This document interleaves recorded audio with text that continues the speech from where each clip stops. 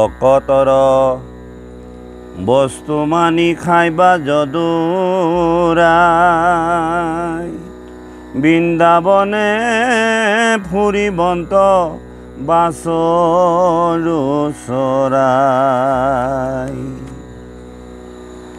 হে ৰাম বৎসৱক ঘমাৰি সাধিবন্ত গতি যমুনা পুলিনে অন্ত খাইবা প্ৰাণ পতি সেহি বেলা বৎস পাল লৈয়া যাইব পাছে নিজৰ ৰূপে গোবিন্দক দেখা পাইব হে ৰাম ৰূপ ঢাকিবন্ত কৃষ্ণে কৃপা কৰি মোক মই তুতি নতি কৰি যাইব সত্য লোক গৰু কৰা খন্তে ৰাম কৃষ্ণ বনচাৰী গোপক ভুঞ্জাইবা তাল ধনুকক মাৰি এ ৰাম বিষ পানী খায়া মৰি বেক গৰু গাই হবা কুজি আইবা কৃষ্ণে কৃপা দৃষ্টি চাই। পৰম ভক্তিভাজন মোৰ জন্মে জন্মান্তৰ সেৱাস্থলী এই কলিযুগৰ নৰনাৰায়ণ বাপসমস্ত ভক্তিস্বৰূপা আইসকল আৰু আজি আমাক ভাগৱত শ্ৰৱণ কীৰ্তন কৰিবৰ কাৰণে যিকণ সুযোগ আৰু সুবিধা কৰি দিলে শ্ৰদ্ধাৰ সেই বৈষ্ণৱ পৰিয়ালটি শ্ৰীযুত ৰত্নকান্ত দত্তদেৱৰ সহিতে সমস্ত পৰিয়ালবৰ্গলৈ আমি জয় জয়তে সশ্ৰদ্ধ প্ৰণাম জনাইছোঁ। তেৰাহবৰ কৃপাত তেৰাহবৰ শতবিলাসৰ কাৰণে আজি আমি সমস্তজনে একত্ৰ হৈ আজি বৈকুণ্ঠৰ কল্পটোৰ ভাগৱত শাস্ত্ৰভাগী শ্ৰৱণ কীৰ্তন কৰিবলৈ সুযোগ আৰু সুবিধা পোৱা হৈছে। সেই বাপ সমস্ত ইয়াৰ আগত আমি খুব এটি সুন্দৰ পাঠ শ্ৰৱণ কৰি আছিলোঁ। যেতিয়া ব্ৰহ্মাদেৱৰ ওচৰত দেৱৰ্ষি নাৰদে ভগৱন্তৰ অৱতাৰ সম্পৰ্কে জানিবলৈ তেওঁ গৈছিল, তেওঁৰ মনত সন্দেহ আছিল আৰু একাদিক্ৰমে দেৱৰ্ষি নাৰদৰ পিতৃ ব্ৰহ্মাদেৱ যাক জগতৰ বিধাতা বুলি কোৱা হয় আৰু তেওঁ ২৪টি অৱতাৰ ভিতৰত 10টি অৱতাৰ ২৪টা অৱতাৰৰ বিষয়ে কৈছিল, কোনটো অৱতাৰে কেনেকৈ জগত কল্যাণ কৰিছিল, জগতৰ কল্যাণৰ কাৰণে জীৱ উদ্ধাৰৰ কাৰণে তেওঁ যুগে যুগে অৱতাৰ হৈছিল। সমস্তখিনি দেৱৰ্ষি নাৰদৰ যি সন্দেহ আছিল সেই সন্দেহখিনি দূৰ কৰিবলৈ সক্ষম হৈছিল আৰু এই অৱতাৰখিনি কোৱাৰ শেষত পুনৰ তেওঁ কৈছে যে আমি আজি সত্য যুগত কথোপকথন কৰি আছোঁ। ত্ৰেতা যুগ, দ্বাপৰ যুগ আৰু কলি যুগ, এই তিনিটা যুগত আকৌনো ভগৱান কেনেকৈ অৱতাৰ হ'ব তাৰ বিষয়েও সংক্ষেপ এটা ধাৰণা দেৱৰ্ষি নাৰদক দি দিছে। ত্ৰেতা যুগত প্ৰভু ৰামচন্দ্ৰই দশৰথৰ গৃহত জন্মগ্ৰহণ কৰিব আৰু পিতৃৰ বাক্য পালি দণ্ডকা অৰণ্যত তেওঁ বনবাস হ'ব আৰু বনবাস হৈ থকাৰ সময়তে বিভিন্ন অসুৰকে ধৰি নিশাচৰ প্ৰাণীকে ধৰি জগতৰ কল্যাণৰ কাৰণে সমস্ত অসুৰ দগবাজক হত্যা কৰি এই ভাৰত ভূমি ঋষি সমস্তই ঈশ্বৰ সাধনা কৰিবলৈ সুবিধা আৰু সুযোগ পাব আৰু সেই সূত্ৰে ৰামচন্দ্ৰ প্ৰভু যেতিয়া জগতধাম এৰি গুচি যাব আৰু গুচি যোৱাৰ পাছত পুনৰ ভগৱন্ত পুৰুষ এই জগতধামলৈ আহিব পূৰ্ণ কৃষ্ণ অৱতাৰ হৈ, তেওঁৰ নাম কৃষ্ণ শ্ৰীকৃষ্ণ আৰু তেওঁ দৈৱকী গৰ্ভে বসুদেৱৰ ঔৰসে আহি কংসৰ কাৰাগাৰত জন্মগ্ৰহণ কৰিব আৰু বসুদেৱে যমুনা পাৰ কৰাই নি গোকুলত ৰাখিব। গোকুলত তেওঁ বাল্যকালটো লীলা কৰিব আৰু লীলা কৰাৰ অন্তত তেওঁ কি কৰিব, গোকুল লীলা সমাপ্তি কৰি মথুৰালৈ আহিব আৰু মথুৰাত আহি তেওঁ বিভিন্ন দৈত্য দগবাজৰ লগত যুদ্ধ কৰিব, মালৰ লগত যুদ্ধ কৰিব, যুদ্ধ কৰি তেওঁ লীলা সমাপ্তি ঘটাই পুনৰ বৈকুণ্ঠলৈ যাব। এই এনেধৰণে ভৱিষ্যতবাণী কৈছিল আৰু সেই কথাখিনিকে আমি কৃষ্ণ অৱতাৰত কিনো ভগৱন্তই লীলা কৰিব এই সম্পৰ্কে পাতি আছিলোঁ আমি যোৱা পবিত্ৰ দিনত। আজি আমি তাৰ পৰাই আৰম্ভ কৰিছোঁ যে ভগৱন্ত পুৰুষে বৃন্দাবনত গৰু চৰাই থাকিব, বৎস বক অঘবিলাকক মাৰিব আৰু যমুনাত পাৰত অন্ন খাই থাকোঁতে সেই সময়তে বৎসবিলাকে যমুনাৰ পানী খাবলৈ গৈ তাত তেওঁলোকে বি ঢালি থোৱা থাকিব কালিন্দী হ্ৰদ, আৰু সেই কালিন্দী হ্ৰদত বিষ পান কৰি সমস্ত শিশুসকল বা গৰুসকল মৃতপ্ৰায় হ'ব, আৰু ভগৱন্তৰ কৃপাত সেই গৰুবিলাকক উদ্ধাৰ কৰিব। এই কথাখিনি কৈছে যে বৎসবক অঘমাৰি সাধিবন্ত গতি, যমুনা পুলিনে অন্ন খাইবা প্ৰাণপতি, সেহিবেলা বৎস পাল লৈয়া যাইব, পাছে নিজৰ ৰূপে গোবিন্দক দেখা পাইব, ৰূপ ঢাকি বন্তে কৃষ্ণে কৃপা কৰি মোক, মই তুতি নতি কৰি যাইব সত্য লোক। আৰু সেই সময়তে মই ব্ৰহ্মাদেৱে তেওঁক মই স্তুতি কৰিম, আৰু স্তুতি কৰি মই নিজৰ স্থানে গতি কৰিম। হে ৰাম গৰু কৰা খন্তে ৰাম কৃষ্ণ বনচাৰী, গোপক ভুঞ্জাই বা তাল ধনু কাক মাৰি, বিষ পানী খায়া মৰি বেক গৰু গাই, সবা কুজি আইবা কৃষ্ণে কৃপা দৃষ্টি চাই। গৰু চৰাই থাকোঁতে শিশুসকলৰ মনৰ সদবিলাক, মনত ভাৱ, আমাৰ যেনেকৈ শিশুসকলে ফল মূল দেখিলে খাবলৈ ইচ্ছা প্ৰকাশ কৰে, আৰু বৃন্দাবনত ভগৱন্ত পুৰুষৰ লগত গোপালসকলে গৰু চৰাই থাকোঁতে এখন বনত অত্যন্ত তাল ফলেৰে ভৰপূৰ আছিল, আৰু তাত এটি অসুৰ আছিল, আৰু সেই তাল ফল ভুঞ্জাবলৈ গৈ তেওঁ কি ঘটনা ঘটিছিল এই কথাখিনি আমাক পদে ক'ব, আপোনালোকে শ্ৰৱণ কৰিব এনেধৰণে। হে ৰাম কালিন্দীক শুদ্ধ কৰি দেৱ বনমালী, ফনাত চৰিয়া নাচি খেদাইলন্ত কালি। তালফল ভুঞ্জাব, তালফল ভুঞ্জোৱাৰ পাছত সেই তালফল খাবলৈ যাওঁতে তাত ধনুকা নামৰ এটা অসুৰ আছিল, আৰু ধনুকাক বধ কৰিব, আৰু তাৰ পাছতে তেওঁ কি হ'ব, এই যে কালিন্দী হ্ৰদত তেওঁ জাপ দিব। কালিন্দী হ্ৰদত এগৰাকী কালী আছিল, তেওঁ বিষ পান কৰাই পেলাই সেই হ্ৰদটো বিষযুক্ত হৈ আছিল, তাত যিসকল লোকে নামে সকলো লোক মৃতপ্ৰায় হয়। হে ৰাম কালিন্দীক শুদ্ধ কৰি দেৱ বনমালী, ফনাত চৰিয়া নাচি খেদাইলন্ত কালি, বনজুইত গোপ গোপী হুৱয় নিজান, সবাকো ৰাখিবা কৃষ্ণে বন্নি কৰি পাণ। ইয়াৰ পাছত সেই কালিন্দী হ্ৰদত তেওঁ নামি পেলাই কালী হ্ৰদৰ ফানাত উঠি নৃত্য কৰিলে, কালী দমন কৰিলে, আৰু ইয়াৰ পাছতে বনত জুই লাগিছিল, আৰু সেই বনত জুয়ে সমস্ত শিশুসকলৰ অৱস্থা বেয়া কৰি দিছিল, আৰু ভগৱন্ত পুৰুষে সমস্ত বহ্নি অৰ্থাৎ অগ্নি তেওঁ নিজে ভক্ষণ কৰি শিশুসকলক গৰুৰ সহিতে সেই বনাগ্নিৰ পৰা উদ্ধাৰ কৰিছিল, উদ্ধাৰ কৰিব, এইটো ভৱিষ্যতবাণীয়ে কৈ আছে।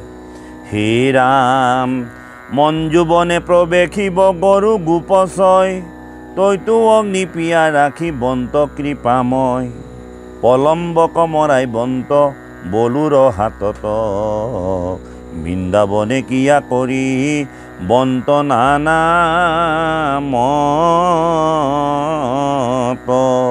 পলম্ব নামৰ এজন দৈত্য আছিল, সেই দৈত্যজনক কিন্তু কৃষ্ণই নিজ হাতে মৰা নাছিল, তেওঁ বলুভদ্ৰৰ হতুৱাই সেই পলম্ব দৈত্যক মৃত্যুদণ্ড দিছিল।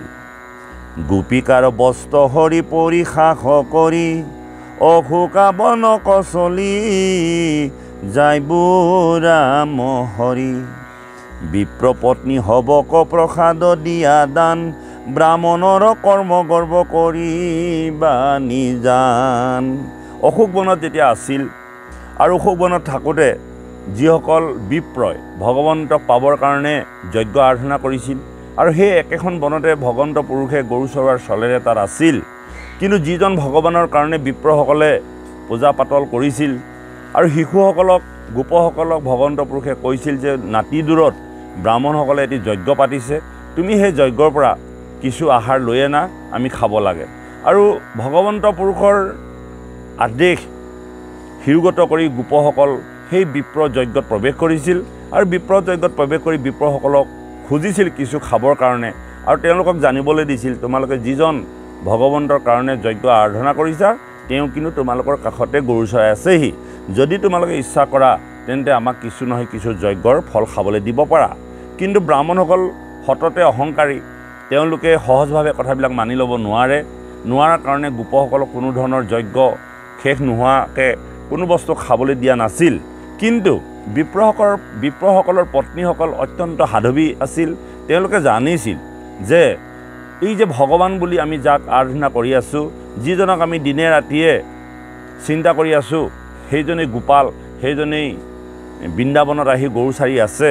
গতিকে বিপ্ৰসকলৰ কথা নামানি তেওঁলোকে ভিতৰুৱাকৈ কিছু প্ৰসাদ গোপসকলৰ কাৰণে বা ভগৱন্তৰ কাৰণে দি পঠাইছিল আৰু সেই সূত্ৰে বিপ্ৰসকলে পত্নীসকলক অত্যন্ত বেয়া পাইছিল আৰু তেওঁলোকে পত্নীসকলক ত্যাগ কৰা পৰ্যন্ত আগবাঢ়িছিল। কিন্তু যেতিয়া পত্নীসকলে বিপ্ৰসকলৰ বা স্বামীসকলৰ কোনো কথা নামানি তেওঁলোকে খাদ্য বস্তু লৈ ভগৱন্তৰ ওচৰত খাৰা হ'ল আৰু তেওঁলোকৰ মনৰ হৃদয়বিলাকখিনি ভগৱন্তই পূৰণ কৰিলে, সেইটোকে কৈছে পত্নী প্ৰসাদ।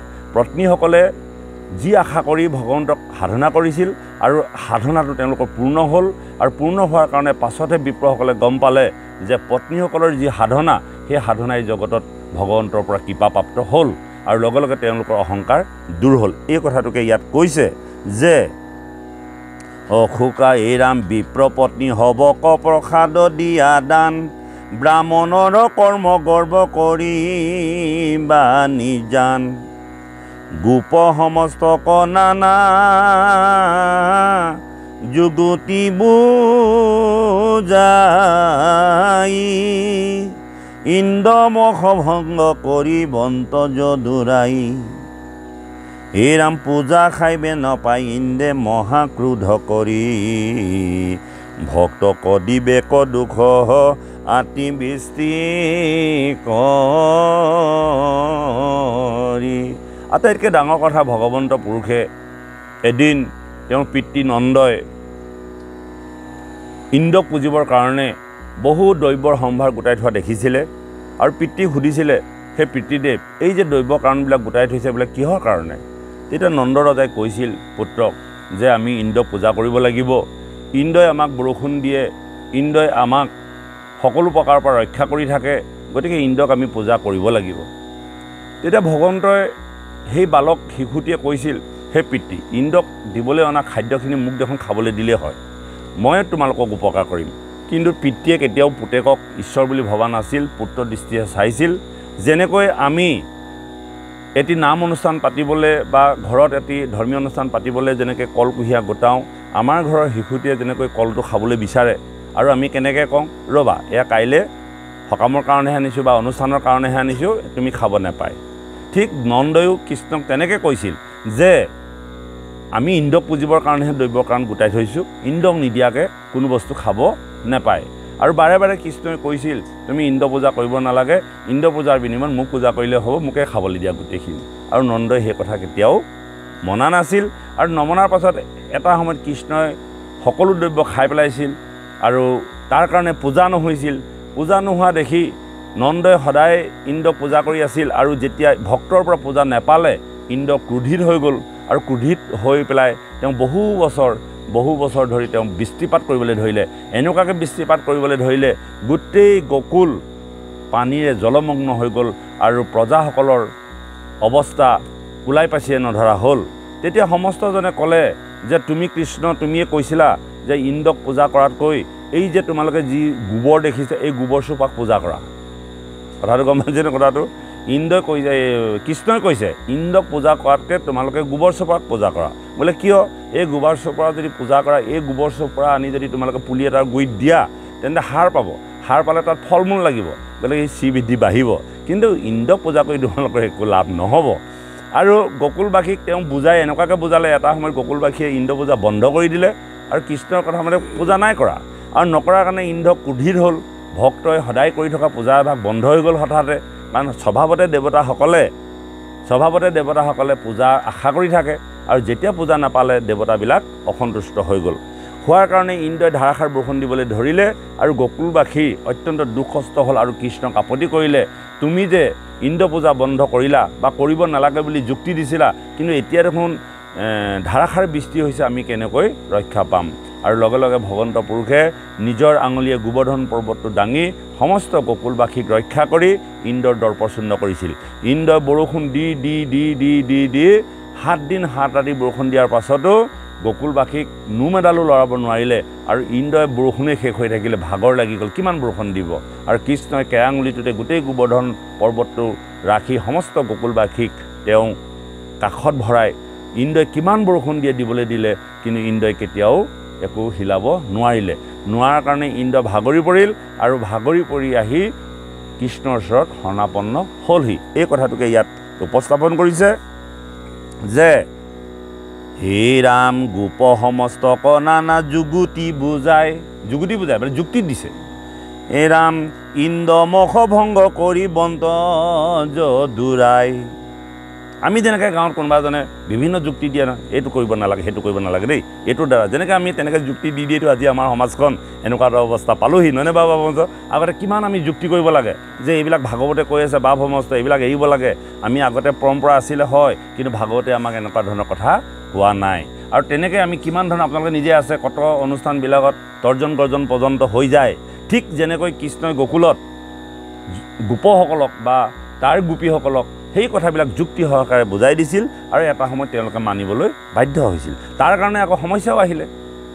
আমাৰ আজি কয়ে নহয় বোলে তোমালোকে ভাগৱতীয়া হৈ তোমালোকেতো এনেকুৱা হ'ব নালাগে, এনেকুৱা বেমাৰ আজাৰ হ'ব নালাগে, এনেকুৱা হ'ব নালাগে। এতিয়া আমাৰ বিভিন্ন বিপক্ষ পাৰ্টিয়ে তেনেকুৱা ধৰণৰ যুক্তি দিয়ে। তাতো ঠিক তেনেকৈ যেতিয়া কৃষ্ণই ক'লে যে গোবৰ্ধন ইন্দ্ৰ পূজা কৰিব নালাগে, আৰু ইন্দ্ৰই যেতিয়া বৰষুণ দিলে তুমিয়ে কৈছিলা আমাক যুক্তি সহকাৰে বুজাইছিলা, কিন্তু এতিয়া যে বৰষুণ দিছে গতিকে আমিতো ৰক্ষা পাব লাগিব। বোলে তুমি ৰক্ষা কৰা আকৌ, আমাক কয় নহয় কৰা আকৌ, তোমালোকে ৰক্ষা বৰ ভাগৱতী হৈছা।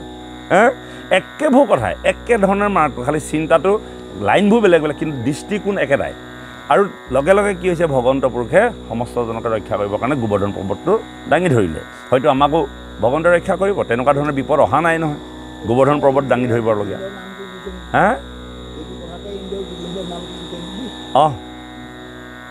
হে ৰাম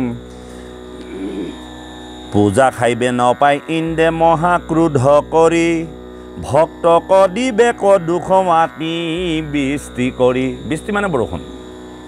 হে ৰাম পাছে হাত বৎসৰীয়া দেৱ দামোদৰে, ৰাখিবা গোকুল গোবৰ্ধন ধৰি কৰে। মহাভয়ে ইন্দ্ৰে আহি কৰি তুতি নতি, গুৰু ইন্দ্ৰ পাতি চলি যাইবা শচীপতি। যেতিয়া গোবৰ্ধন পৰ্বত ধৰি পেলাই কৃষ্ণই সমস্তজনৰ ৰক্ষা কৰিলে, ইন্দ্ৰই যেতিয়া একো নোমেডালো হিলাব নোৱাৰিলে, তেতিয়া তেওঁ জানিলে যে মোতকৈ শক্তিশালী কৃষ্ণ আৰু জগতৰ ঈশ্বৰ। আৰু লগে লগে আহি তেওঁ শচীৰ সহিতে আহি শ্ৰীকৃষ্ণৰ ভৰিত ধৰি ক্ষমা খুজিলে। তেতিয়া কৃষ্ণৰ বয়স কিমান জানেনে? 7 বছৰ। 7 বছৰ এটা শিশু। হে ৰাম পাছে 7 বৎসৰীয়া দেৱ দামোদৰে, ৰাখিবা গোকুল গোবৰ্ধন ধাৰি কৰে। মহাভয়ে ইন্দ্ৰে আহি কৰি তুতি নতি, গুৰু ইন্দ্ৰ পাতি চলি যাইবা শচীপতি। বৰুণ পাশক মেলাই আনিবা নন্দক, গোকুলবাসীক কৃষ্ণে নিবা বৈকুণ্ঠ। হৰতে বৃন্দাবনে বেনু বাইবা হৰি, ধনী শুনি গোপী হ'ব যাইবা শীঘ্ৰ কৰি। এইখিনি কথা কালি আমি পাতিলোঁ, আমাৰ দেৰিকৈ ওলাইছে, মই অকণমান আগবাঢ়ি যাওঁগৈ। তাৰমানে সেই কথাখিনি কোৱা হয় বোলে যদিও পাছলৈ আছিলে, আমি অকণমান আগবাঢ়ি গুচি গ'লোঁ। কালি আমি বৃন্দাবনৰ কথা ৰাসৰ কথা কৈছিলোঁ, তথাপিতো আৰু ৰাসৰ বিষয়ে আমি জানিবলগীয়া আছে। আমি যদি প্ৰসংগক্ৰমে আহে নিশ্চয় কথাখিনি উপস্থাপন কৰিম। হে ৰাম নানা পৰিহাস কৰি, ধৰ্মক দেখাই, গোপীক ৰমিবা পাছে মদন বহাই। গৰ্ব দেখি অন্তৰ্ধান হৈবা যদুৰাই, বিকল হৈবে কিয় গোপী কৃষ্ণ হৰুৱাই। অন্তৰ্ধান মানে, অন্তৰ্ধান শব্দটো কি বুজায়? নেদেখা হ'ল মানে ভগৱন্ত নাইকিয়া হৈ যায়। ঠিক ইয়াৰ এটা পৰমাৰ্থিক অৰ্থ আছে। যেতিয়া গোপীসকলে ভগৱন্ত পুৰুষক কালি আমি যিটো কাহিনী কৈছিলোঁ যে আমি প্ৰকৃত স্বামী যেতিয়া পালোঁ, বিষয় স্বামী আমি ত্যাগ কৰিলোঁ, গতিকে তুমি আমাক গ্ৰহণ কৰা। হ'ব তেতিয়াহ'লে গ্ৰহণ কৰিলে। গ্ৰহণ কৰাৰ পাছত সেই সুযোগটো পাই তেওঁলোকৰ মনত অহংকাৰ আহি গ'ল যে আমি জগতৰ কৃষ্ণক অতদিনে যাক ভাবি আছিলোঁ, আজি আমাক সেইখন কৃপা কৰিলে। কৃপা পাবলৈহে পালে, কিন্তু মনত অহংকাৰ ভাৱ আহি গ'ল যেনে তেনে আমি জেগাটো পাই ল'বলৈ দিয়া তাৰপিছত দেখা যাব আৰু জেগা পালে লগে লগে নহয়নে বাৰু একেখনেই সমাজ দেই এইখনেই বৃন্দাবন আমাক কোনোবা এটা পথ যেতিয়া আমাক পালোগৈ আৰু যেনে তেনে পাই লোৱাৰ পাছত আমাৰ গৰ্ব আহি গ'ল আৰু ধৰি লওক মই এতিয়া নামতি যেনিবা মোৰ কথাটোকে মই ক'লোঁ কথাটো কৈছে ভগৱন্তৰ কৃপাৰ পাত্ৰ হৈ মই যেনিবা নাম অনুষ্ঠানৰ এজন নামতি হ'লোঁ এতিয়া মোৰ গৰ্ব আহি গ'ল আৰু তাৰমানে মোক ঘৰত মাতিব লাগিব তামোল পাণ দিব লাগিব মোৰ কিছুমান বিধান আছে বিধানমতে আপুনি প্ৰস্তুত কৰি দিব পাৰিলেহে মই আপোনাৰ ঘৰত নামষাৰ গামগৈ অঁ ৰ'ব একেখিনিয়ে কথা প্ৰত্যেক কথাবিলাক এনেকুৱাই কাৰণ আমি যেতিয়া পদবী এটাৰ কাৰণে সদায় হাবিয়াস কৰি আছোঁ যাহাই পদবী এটা পাম তাৰপিছত আমাৰ স্থিতি সলনি হৈ যাব আমাক কওঁৱেই আমি সমাজবিলাকত বোলে বাপে যদি এই দায়িত্বটো পায় কিন্তু সমাজ হ'লে খেলি মেলি লাগিব দেই কয় মোৰ বুলি নহয় আপোনাৰ বুলি নহয় মই কাকো নাম কৰি কোৱা নাই কি তেনেকুৱাবিলাক আমাৰ যুগে যুগে চলি আহে আৰু যাহাই পায়গৈ তেতিয়া লগে লগে বোলে অতদিন বিচাৰি থকা বস্তুটো যেতিয়া পালোঁ এতিয়া পায় কোনে গতিকে তেতিয়া কি হয় জানেনে ভগৱন্ত পুৰুষ আপোনাৰ হৃদয়ৰ পৰা আঁতৰি দিয়ে যিজন ভগৱন্তক আপুনি সেৱা সৎকাৰ কৰি কৰি আপোনাৰ জীৱনৰ প্ৰাপ্যটোৰ সন্মুখীন হৈছিল আৰু অহংকাৰ অহাৰ কাৰণে ভগৱন্ত অন্তৰ্ধান হয় তাৰমানে আপোনাৰ হৃদয়ৰ পৰা গুচি যায় আৰু হৃদয়ৰ পৰা গুচি যোৱাৰ লগে লগে আপুনি আকৌ প্ৰদৰ্শিত হৈ জয় বিজয় তেনেকৈ ভগৱন্ত আঁতৰি দিয়ে আনটো একো নাই আমি যেতিয়া গৰ্ব অহংকাৰ আহিব আমাৰ যেতিয়া পদবীবিলাকত অহংকাৰ আহিব তেতিয়া লগে লগে ভগৱন্তই আমাৰ পৰা আঁতৰি যায় আৰু লগে লগে আমি কি হওঁ নিস্তেজ হৈ যায় টৰ্চটোৰ পৰা বেটেৰীটো খুলি দিয়াৰ লগে লগে বেটেৰীটো জ্বলিব টৰ্চটো জ্বলিব জানো নজ্বলাৰ কাৰণে গোপীসকলৰ তেনেকুৱা অৱস্থা হ'ল যেতিয়া স্বামীৰ কাৰণে তেওঁলোকে কাত্যনীবোধ কৰিছিল সেই ঠাণ্ডাত নামি উলংগ হৈ কৃষ্ণৰ পৰা বস্ত্ৰ খুজি কিমান যে কষ্ট কৰিলে কিমান যে যন্ত্ৰণা কৰিলে সেই ঘৰৰ পৰা নিজৰ স্বামীক তেজী ল'ৰা ছোৱালী গাখীৰ খোৱা অৱস্থাত তাতে পেলাই সেই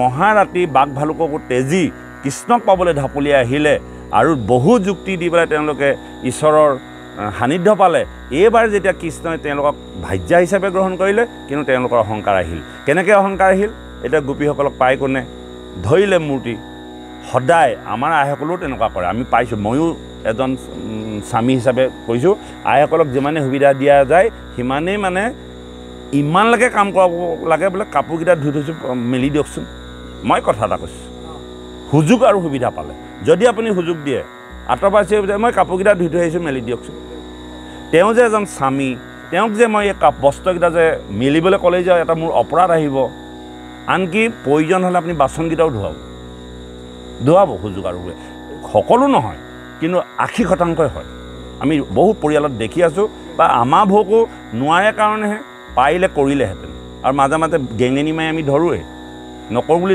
মই পাৰোঁ কৰিব কিন্তু নকৰোঁ কৰিলে চল পাব আৰু সেই সুযোগটো ভগৱন্ত পুৰুষেও জানে যেতিয়া গোপীসকলক আদৰ আৰু সাদৰ কৰিলে লগে লগে তেওঁলোকে ধৰিলে ভেকশ্যন মৰমৰ মানে দাম দৰ আহিলে ইজনীয়ে ভাবিছে মোক মৰম নকৰে তাইকহে কৰে সিজনীয়ে কৈছে তাইক মৰম নকৰে তাইকহে কৰে ৰাধা তাৰ ভিতৰত অলপ টেঙৰ আছিল আৰু ৰাধাক অকণমান বেছিকৈ দৃষ্টিয়ে চায় আমি সকলোকে ভাগৱত কৈ থাকোঁতে কাৰোবালৈ আকৌ আমাৰ কেতিয়াবা অকণমান চকুটো বেছিকৈ যায় যিটো শুকদেৱৰ হৈছিল শুকদেৱে যেতিয়া ৬০,০০০ ঋষিক ভাগৱত কৈ আছিল কেৱল হুতৰ ফালে চাই কৈ আছিল আৰু হুতে কি ভাবি আছিলে জানেনে ভাবিছে যে ইয়াত থকা গোটেইখিনিতো মহাপণ্ডিত মূৰ্খ মহে আছোঁ গতিকে গুৰুজনে মোৰলৈকে চাই কৈ আছিলে আৰু হুতে ক্ৰমান্বয়ে মানে তেওঁ ধ্যান দিবলৈ ধৰিলে আমি চাইছোঁ বিভিন্নজনক গোটেইখিনিকে চাব লাগে নিয়মমতে কিন্তু কেতিয়াবা কোনোবা এগৰাকীয়ে খুব ধ্যানস্থ হৈ শুনে আৰু আমাৰো দৃষ্টি তেওঁলোকে কৈ থাকে যে তেওঁ যে শুনি আছে তেওঁকে চাই কৈ থাকিবলৈ মন যায় কাৰণ ভাগৱতৰ সন্মুখত শ্ৰোতাজন যদি খুব একাগ্ৰতাভাৱে যদি শ্ৰৱণ কৰে আৰু সেই বক্তাজনে তেওঁলোকে চাই সেই কথাখিনি ক'বলৈ যত্নপৰ হয় কাৰণ শুনি থকা মানুহজনৰ আগ্ৰহ শুনি থকা মানুহজনে যিটো মানে হেঁপাহ দেখুৱায় আৰু সেই হেঁপাহটোৰ ওপৰত প্ৰত্যেকজন বক্তাই কথা ক'বলৈ বিচাৰে ঠিক তেনেকৈ সেই নিগুণবাদী শুকদেৱেও ৬০,০০০ ঋষিক ক'বলৈ যাওঁতে ৬০,০০০ ঋষিয়ে বিভিন্ন ধৰণৰ মুদ্ৰাত আছিল কিন্তু হুতমুনিয়ে কেৱল গুৰুদেৱৰ মুখলৈকে চাই পেলাই ভাগৱত শুনি আছিল আৰু গুৰুদেৱে ভাবিছিল যে মোৰ সম্পূৰ্ণ ভাগৱত কথা এই হুতমুনিহে শুনি আছে যাক আঁতৰত বহি আছে বামুণসকলৰ কাষলৈ আহিবলৈ দিয়া নাই আৰু তেওঁ হৃদয়ত ভাগৱত ৰাখিলে ঠিক তেনেকৈ গোপীসকলৰ ভিতৰত ৰাধাই অকণমান ভগৱন্তক মানে এটা প্ৰেম দৃষ্টিয়ে চাই মানে আনতকৈ অকণমান যদি কিবা এটা লাগে বুলি ক'লে জাপ মাৰি গৈ তাই আগতে দিয়েগৈ কাৰণ সেই সূত্ৰে ভগৱন্তে তেওঁক ভাল পায় আৰু ৰাধাই ভাবিলে মোক কিমান ভাল পায় এতিয়া ৰাধাই পৰীক্ষা কৰিবলৈ ধৰিলে লাহেকৈ কাঁইট এটা সোমালে বুলি ধৰিলে ভেকশ্যন যদি কাঁইট এটা সোমাওঁ, যদি মোৰ প্ৰতি ইমান মৰম আছে তেতিয়াহ'লে নিশ্চয় মোক দাঙি লৈ যাব। আৰু ভগৱন্তই ভাবিলে কি হ'ল দাদা, বোলে মোৰ কাঁইট সোমালে, যাবই নোৱাৰোঁ মই, ধৰিছে ওলমি ওলমি দিছে বাহুত। তেতিয়া কৈছে যে মোক অকণমান দাঙি লৈ যাওঁ, মই নোৱাৰোঁৱে যাব। বোলে উঠা আকৌ, তেতিয়াহ'লে কিনো কথা। জাহাই উঠিলে কৃষ্ণৰ লগে লগে ঠেকেচা খুৱাই পেলাই তাৰপৰা গুচি গ'ল। তাৰমানে এটা পৰ্যায়লৈকে বাট চালে, আৰু এটা পৰ্যায়ত যেতিয়া তেওঁ নিজেও বুজি নাপালে, যিজন কৃষ্ণক পাই সমস্ত আনন্দ পাই আছিল, সেই আনন্দ নিমিষতে ছাই হৈ গুচি গ'ল। এতিয়া কৃষ্ণ নাই, বিৰহ বেদনা, বৃন্দাবন শূন্য, বৃন্দাবন শূন্য। আৰু সেই শূন্য বৃন্দাবনত এতিয়া গোপীসকলে ৰাধাৰ লগতে কৃষ্ণক বিচাৰি বিচাৰি বিচাৰি পাগল হৈ গৈছে। গছজোপা সুধিছে, চৰাইটো সুধিছে, সেইফালে জীৱ জন্তুটো সুধিছে যে কৃষ্ণক দেখিছিলা নি? বোলে নাই দেখা। কৃষ্ণৰ খোজবিলাক চাইছে, এইফালেইতো কৃষ্ণ গৈছিলে, খোজবিলাক চাইছে, খোজবিলাকতে সেৱা কৰিছে। যেতিয়া পাই থাকে তেতিয়া আদৰ নাথাকে, যেতিয়া নাপায় তেতিয়া আদৰ বাঢ়ি যায়। স্বামীজন থাকোঁতে স্বামীজনক ভক্তি কৰিবলৈ মন নকৰে, পত্নীগৰাকী থাকোঁতে পত্নীগৰাকীক স্বামীজনে শ্ৰদ্ধা কৰিবলৈ নিবিচাৰে। যেতিয়া স্বামীজনৰ পৰা পত্নীগৰাকী হেৰাই যাব আৰু পত্নীগৰাকীৰ পৰা যেতিয়া স্বামীজন হেৰাই যাব, তেতিয়া অনুভৱ হ'ব যে আমি লগ হৈ থাকোঁতে কিন্তু আমাৰ এই কথাখিনি অনুভৱ নাহিছিল। আপোনাৰ মোৰ মাজৰ পৰা কোনোবা নহয় কোনোবাই আগা পিছাকৈ যাবই, তেতিয়া অনুভৱ হ'ব। যেতিয়া আজি আপুনি পত্নীগৰাকীৰ লগত অনবৰত আমি লাগি আছোঁ, কাইলৈ এফালৰ পৰা আহি যেতিয়া আপুনি এগিলাচ পানীৰ অভাৱত যেতিয়া বহি থাকিব লাগিব, তেতিয়া অনুভৱ কৰিব যে সদায় মোৰ জীৱন সংগী নথকাৰ কাৰণে জীৱনত কি কথা হৈ গ'ল। সেইবোৰ হ'ব আপোনালোকে চাব, মই ভৱিষ্যতে কৈ দিছোঁ কথাবিলাক, নহ'বনে বাৰু? আজি যিটো ভাবি আছে সেইকাৰণে সংগী লাগে। আজি বয়স হ'লেও আমাৰ তাত কোনো প্ৰেমৰ ব্যৱস্থা নাই, কিন্তু আমাক লাগে আন্তৰিকতা। আজি বাপৰ প্ৰেমৰ কোনো তাত ৰেউচি নাই, কিন্তু দুইজনে বহি অন্তত জীৱনৰ কথাখিনি পাতিব লাগে, চোতালত খন্তেক লগ লাগে। আৰু যিদিনা আমাৰ মাজৰ পৰা ইজনে সিজনৰ লগ এৰাব, সেইদিনা আমাৰ জীৱনৰ অনুভৱ আহিব। থাকোঁতে আমাৰ অনুভৱ নাই হোৱা, যেতিয়া নাথাকিব তেতিয়া অনুভৱ হ'ব। আৰু গোপীসকলে যেতিয়া ভগৱন্ত পুৰুষ বৃন্দাবন শূন্য কৰি দিলে, লগে লগে তেওঁলোকৰ মনত বিৰহ বেদনাই ঠাই পালে, পগলা হৈ গ'ল। আৰু পগলা হৈ হৈ হৈ হৈ হৈ হৈ তেওঁলোকে নিজেই কৃষ্ণ হ'বলৈ ধৰিলে। গোপীসকলৰ মাজতে কোনোবাই গোপী হৈছে, কৃষ্ণৰ লীলাবিলাক মনলৈ আনিছে। ঠিক তেনেকৈ আমাৰ আইগৰাকী বা বাপজনেও যেতিয়া কোনোবা এজন নহ'ব যে ইছৰাম বাপজনে এনেকুৱা কৰিছিলে তেনেকুৱা কৰিছিলে, এতিয়া থকা সময়ত গুৰুত্ব নাই, যেতিয়া নাথাকিব তেতিয়া আপুনি ফটা গেঞ্জিটোৰ মূল্য আহে যে বাপজনৰ গেঞ্জি এইটো মই থৈ দিম দিয়া, নিদিয়ে। ইমানলৈকে আদৰ আহি যায়, কিন্তু বাস্তৱত নাহে। কিন্তু বাস্তৱত যদি সেই প্ৰেমকণ যদি আনি দিব পাৰে, তেতিয়া আপোনাৰ জীৱন ধন্য হৈ যায়। কিন্তু আমাৰ বিষয়েও আমি নোৱাৰোঁ। ঠিক তেনেকৈ গোপীসকলে প্ৰত্যেকে কোনোবাই গৰু হৈছে, কোনোবাই গছ হৈছে, কোনোবাই কৃষ্ণ হৈছে, কোনোবাই বলভদ্ৰ হৈছে, কোনোবাই বাঁহীটোকে হৈছে। এনেকৈ কৰি তেতিয়া তেওঁলোকে কৃষ্ণৰ যিখিনি লীলা কৰি তেহেঁতি আনন্দিত হৈছিল, সেইখিনি কৰিবলৈ ধৰিলে। আৰু ভাওনা তাৰ পৰাই সৃষ্টি হৈছে। ভাওনা সেইখিনিৰ পৰাই আৰম্ভ হৈছে। গুৰুজনাই যে ভাওনা আনিলে, সেই চেপ্টাৰটোৰ পৰা আনিছে যে কৃষ্ণৰ ৰূপবিলাক যদি অভিনয় কৰি দেখুৱাই দিব পৰা যায়, তেতিয়াহ'লে মানুহে পঢ়ি থকাতকৈ সহজতে আৰু বুজি পাব। তাৰমানে আজি কৃষ্ণ মই নিজেই কৃষ্ণ হৈ গ'লোঁ, দুৰ্যোধন মই নিজে হৈ গ'লোঁ, দুষাখন মই নিজে হৈ গ'লোঁ। আৰু কৃষ্ণৰ দুষাখন দুৰ্যোধনৰ মাজত যিটো লীলা কৰিছিল, আজি সমস্ত ভকতসকলে সেই লীলাটো কৰে। সেই লীলাটো ইমানেই তাৎপৰ্যপূৰ্ণ হয়, সেইকাৰণে ভাওনাখন আগ কৰিলে জীৱনৰ সাধনাখিনি পূৰ হৈ যায়। তাৰমানে বহু ওপৰত ভাওনাটো আগবাঢ়ি যায়। তাৰমানে স্থিতিটো লৈ লয় নহয়, ৰূপটো লৈ লয়, ভগৱন্তৰ ৰূপটো ধাৰণ কৰি দিয়ে নহয়, ভগৱন্তৰ লীলাখিনি। কাৰণ গোপীসকলে তেনেকুৱা ধৰণৰ ব্যৱস্থা এটা কৰিছিল। আৰু ভাৱনাৰ পৰাই ভাওনাৰ সৃষ্টি হৈছে। সেই যে ভাৱনাটো আহিলে যে মই কৃষ্ণ হৈ যাওঁ, কৃষ্ণ হৈ গোপীয়ে বাঁহী বজাইছে আৰু বাকী গোপীসকলে নৃত্য কৰিছে। নাই কৃষ্ণ নাই, আৰু কৃষ্ণ মই, সিজনীয়ে হৈছে, সিজনী গৰু হৈ আহিছে, গৰুবিলাক গোপীবিলাকেই হৈছে। আৰু এনেকৈ থাকোঁতে ভকতৰ দুখ দেখিব নাই, ভগৱন্তই পুনৰ আকৌ দৰ্শন দিলে। আৰু দৰ্শন দিয়াৰ লগে লগে গোপীসকলে এবাৰ কিন্তু অহংকাৰ নাই, এবাৰ সমৰ্পিত হৈছে। আৰু সমৰ্পিত হোৱাৰ পাছতেই মহাৰাস আৰম্ভ হৈছে।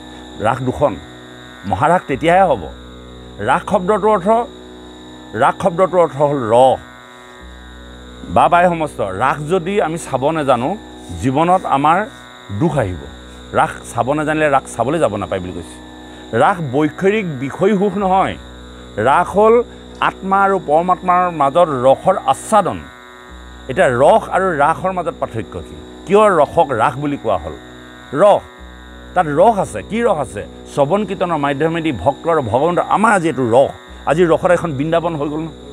আজি সকলোৱে কিহৰ ৰসত আহি পেলাই আজি ইয়াত উপস্থিত হৈছে এই মহানিশাকাল আজি আইসকলৰ কিমান ঘৰত কাম থাকে সন্ধিয়া হ'লে ল'ৰা ছোৱালীক এমুঠি সিজাই পকাই খুৱাব লাগে বা নিজেও খাব লাগে কিন্তু কিহৰ কাৰণে সন্ধিয়াই গাটো ধুই দৌৰি আহিছে যেনেকৈ গোপীসকল বৃন্দাবনলৈ গুচি গৈছিল কৃষ্ণৰ চৰিত্ৰ কৃষ্ণৰ নামেৰে আপোনালোকক টানি আনিছে যে কৃষ্ণৰ গুণানুকীৰ্তন শুনিবলৈ পাম যেন আমি বৃন্দাবনতেই থাকিম আমি আজি বৃন্দাবনতেই আছোঁ বৃন্দ মানে আনন্দ আৰু বন মানে ঠাই য'ত আনন্দ প্ৰকাশ হয় সেইখনেই বৃন্দাবন আজি এখন বৃন্দাবন আনন্দ আহিছে ন কাৰো মনত দুখ নাই মুখবিলাক দেখিলেই গম পাওঁ কাৰো মনত দুখ নাই গতিকে সেই যিটো ব্যৱস্থাপনা গোপীসকলৰ প্ৰথম অৱস্থাত অহংকাৰ থাকে যেনেকৈ আমি ভাগৱতলৈ নহাৰ আগত আমাৰ অহংকাৰ থাকে ভাগৱত শুনোতে শুনোতে যেনেকৈ আমাৰ অহংকাৰবিলাক শেষ হৈ যায় হৃদয়বিলাক নিৰ্মল হৈ যায় আমাৰ মাজতে আমি প্ৰমাণ পাইছোঁ আপোনালোকে মিছা কথা নাই আমি আগতে আমাৰ যিবোৰ স্বভাৱ চৰিত্ৰ বহুত ধৰণৰ আমাৰ এৰখাই গৈছে বুলি মই ভাবিছোঁ আপোনালোকে এইটো স্বীকাৰ কৰে নকৰে নাজানো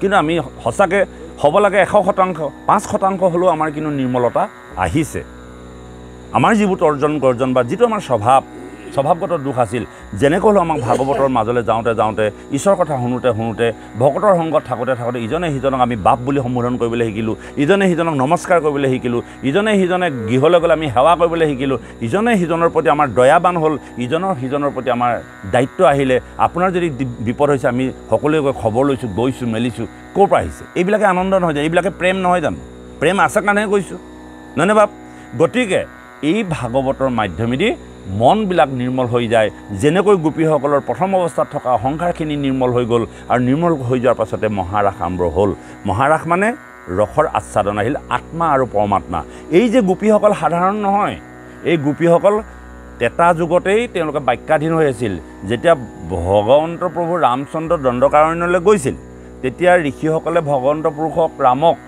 আৰাধনা কৰি আছিল আৰু পুৱাৰ লগে লগে কৈছিলে যে হে প্ৰভু তোমাক বুঢ়ে জীৱন আমি সাধনা কৰি আছিলোঁ তুমি যেতিয়া আমাৰ আশ্ৰমতে আহি ওলালা তোমাক আমি এগৰাকী ভাৰ্যাই যেনেকৈ স্বামীক সেৱা কৰে আমি তেনেকৈ সেৱা কৰিম তুমি ইয়াতে থাকা আৰু প্ৰভু ভগৱন্তে কৈছে যে মই আতিথ্য পাবৰ কাৰণে অহা নাই মই পিতৃ বাক্য পালন কৰিহে বনলৈ আহিছোঁ মোৰ যিটো কৰ্তব্য মোৰ যিটো দায়িত্ব সদায় ভগৱন্ত ৰামচন্দ্ৰই আমাক এটা কথা বুজায় যে মানুহে দায়িত্ব আৰু কৰ্তব্যৰ ওপৰতহে গুৰুত্ব দিব লাগে অধিকাৰৰ ওপৰত গুৰুত্ব দিব নালাগে আমাৰ আইসকলেও দায়িত্ব আৰু কৰ্তব্যৰ ওপৰতহে গুৰুত্ব দিব লাগে বা আপোনালোকে ক'ব পাৰে বাপে দেখোন ভাগৱতৰ পৰা পুনি আইসকললৈ গুচি আহে বা বাপসকললৈ গুচি আহে কাৰণ আমাৰ ভাগৱতৰ গোটেই ব্যৱস্থাটো আমাৰ জীৱনশৈলীৰ কথা আমি কাহিনী গোটেই শুনি গৈ থাকিলে নহ'ব ইয়াৰ পৰা আমাৰ জীৱনত কি প্ৰয়োগ কৰিব পাৰিম অৰ্থাৎ আইসকলক উদ্দেশ্যে বা আমাৰ বা বোৱাৰীবিলাকৰ উদ্দেশ্যে মই এই কথাটো ক'ম যে ঘৰখনলৈ যেতিয়া তেওঁ বোৱাৰী হিচাপে আহিলে এই ঘৰখনত তেওঁ তিনিটা বস্তু আছে এক অধিকাৰ এক কৰ্তব্য এক দায়িত্ব এতিয়া আমাৰ আইসকলে অধিকাৰটোহে বিচাৰিছে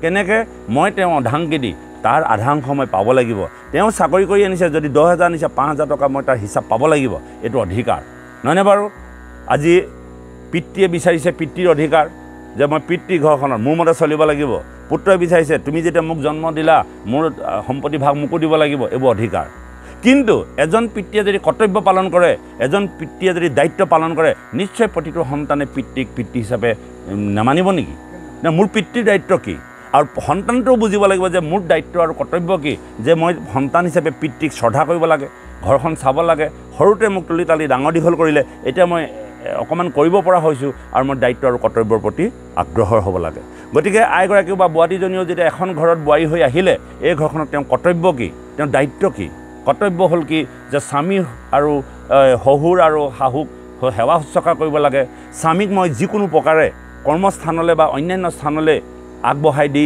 তেওঁ দায়িত্ব পালন কৰিব লাগে আৰু তেওঁ কৰ্তব্য হ'ল গুৰু ভকত আহিলে কেনেকৈ ঘৰখনত আনন্দপূৰ্ণে সকলোকে আনন্দিত কৰি ৰাখিব পাৰি কিন্তু তেওঁ অধিকাৰ বিচাৰি ঘৰখনত ৰাতিপুৱা বা গধূলিকৈ কাজিয়া নহয়নে বা সমস্ত গতিকে ৰামচন্দ্ৰই আজি সেই কথাটো মানিব পাৰিলেহেঁতেন মই এই কথাটো প্ৰসংগ আনিছোঁ ভগৱন্তই এইবিলাক আমাক আদৰ্শ দেখুৱাইছে যে তেওঁ পিতৃয়ে দণ্ড দিলে মই অৰণ্যত আছোঁ অৰণ্যত মোক ঋষিসকলে আতিথ্য কৰক তাততো তেওঁ নেচায়হি কিন্তু ৰামচন্দ্ৰই কৈছে যে মোৰ কৰ্তব্য আৰু দায়িত্ব হ'ল কি মোৰ পিতৃৰ আজ্ঞা পালি আহিছোঁ মোক দণ্ড বিহিছে যদি দণ্ড নলৈ যদি মই আতিথ্য পাই থাকোঁ তেতিয়াহ'লে দায়িত্ব আৰু কৰ্তব্যৰ পৰা মই বিচলিত হ'ম কাৰণ পিতৃৰ আজ্ঞা মোৰ পালন নহ'ব নহয়নে বাৰু গতিকে এই কথাবিলাক যদিও আমি কোনোদিনে আমি কাহিনী হিচাপে ভাওনাও চাওঁ কিন্তু তাৰ মাজত আমি জানিবলগীয়া বা বুজিবলগীয়া কি আছে এই কথাবিলাক আমি কিন্তু আমাৰ সমাজবিলাকত আমি প্ৰকাশ কৰিব লাগিব বোৱাৰীবিলাকক প্ৰকাশ কৰিব লাগিব ল'ৰা ছোৱালীবিলাকক প্ৰকাশ কৰি দিব লাগিব যে তোমাৰ যদি কৰ্তব্য তোমাৰ যদি দায়িত্ব পালন কৰা তুমি বিচৰা প্ৰাপ্য সদায় তোমাৰ কাৰণে ৰেডি হৈ আছে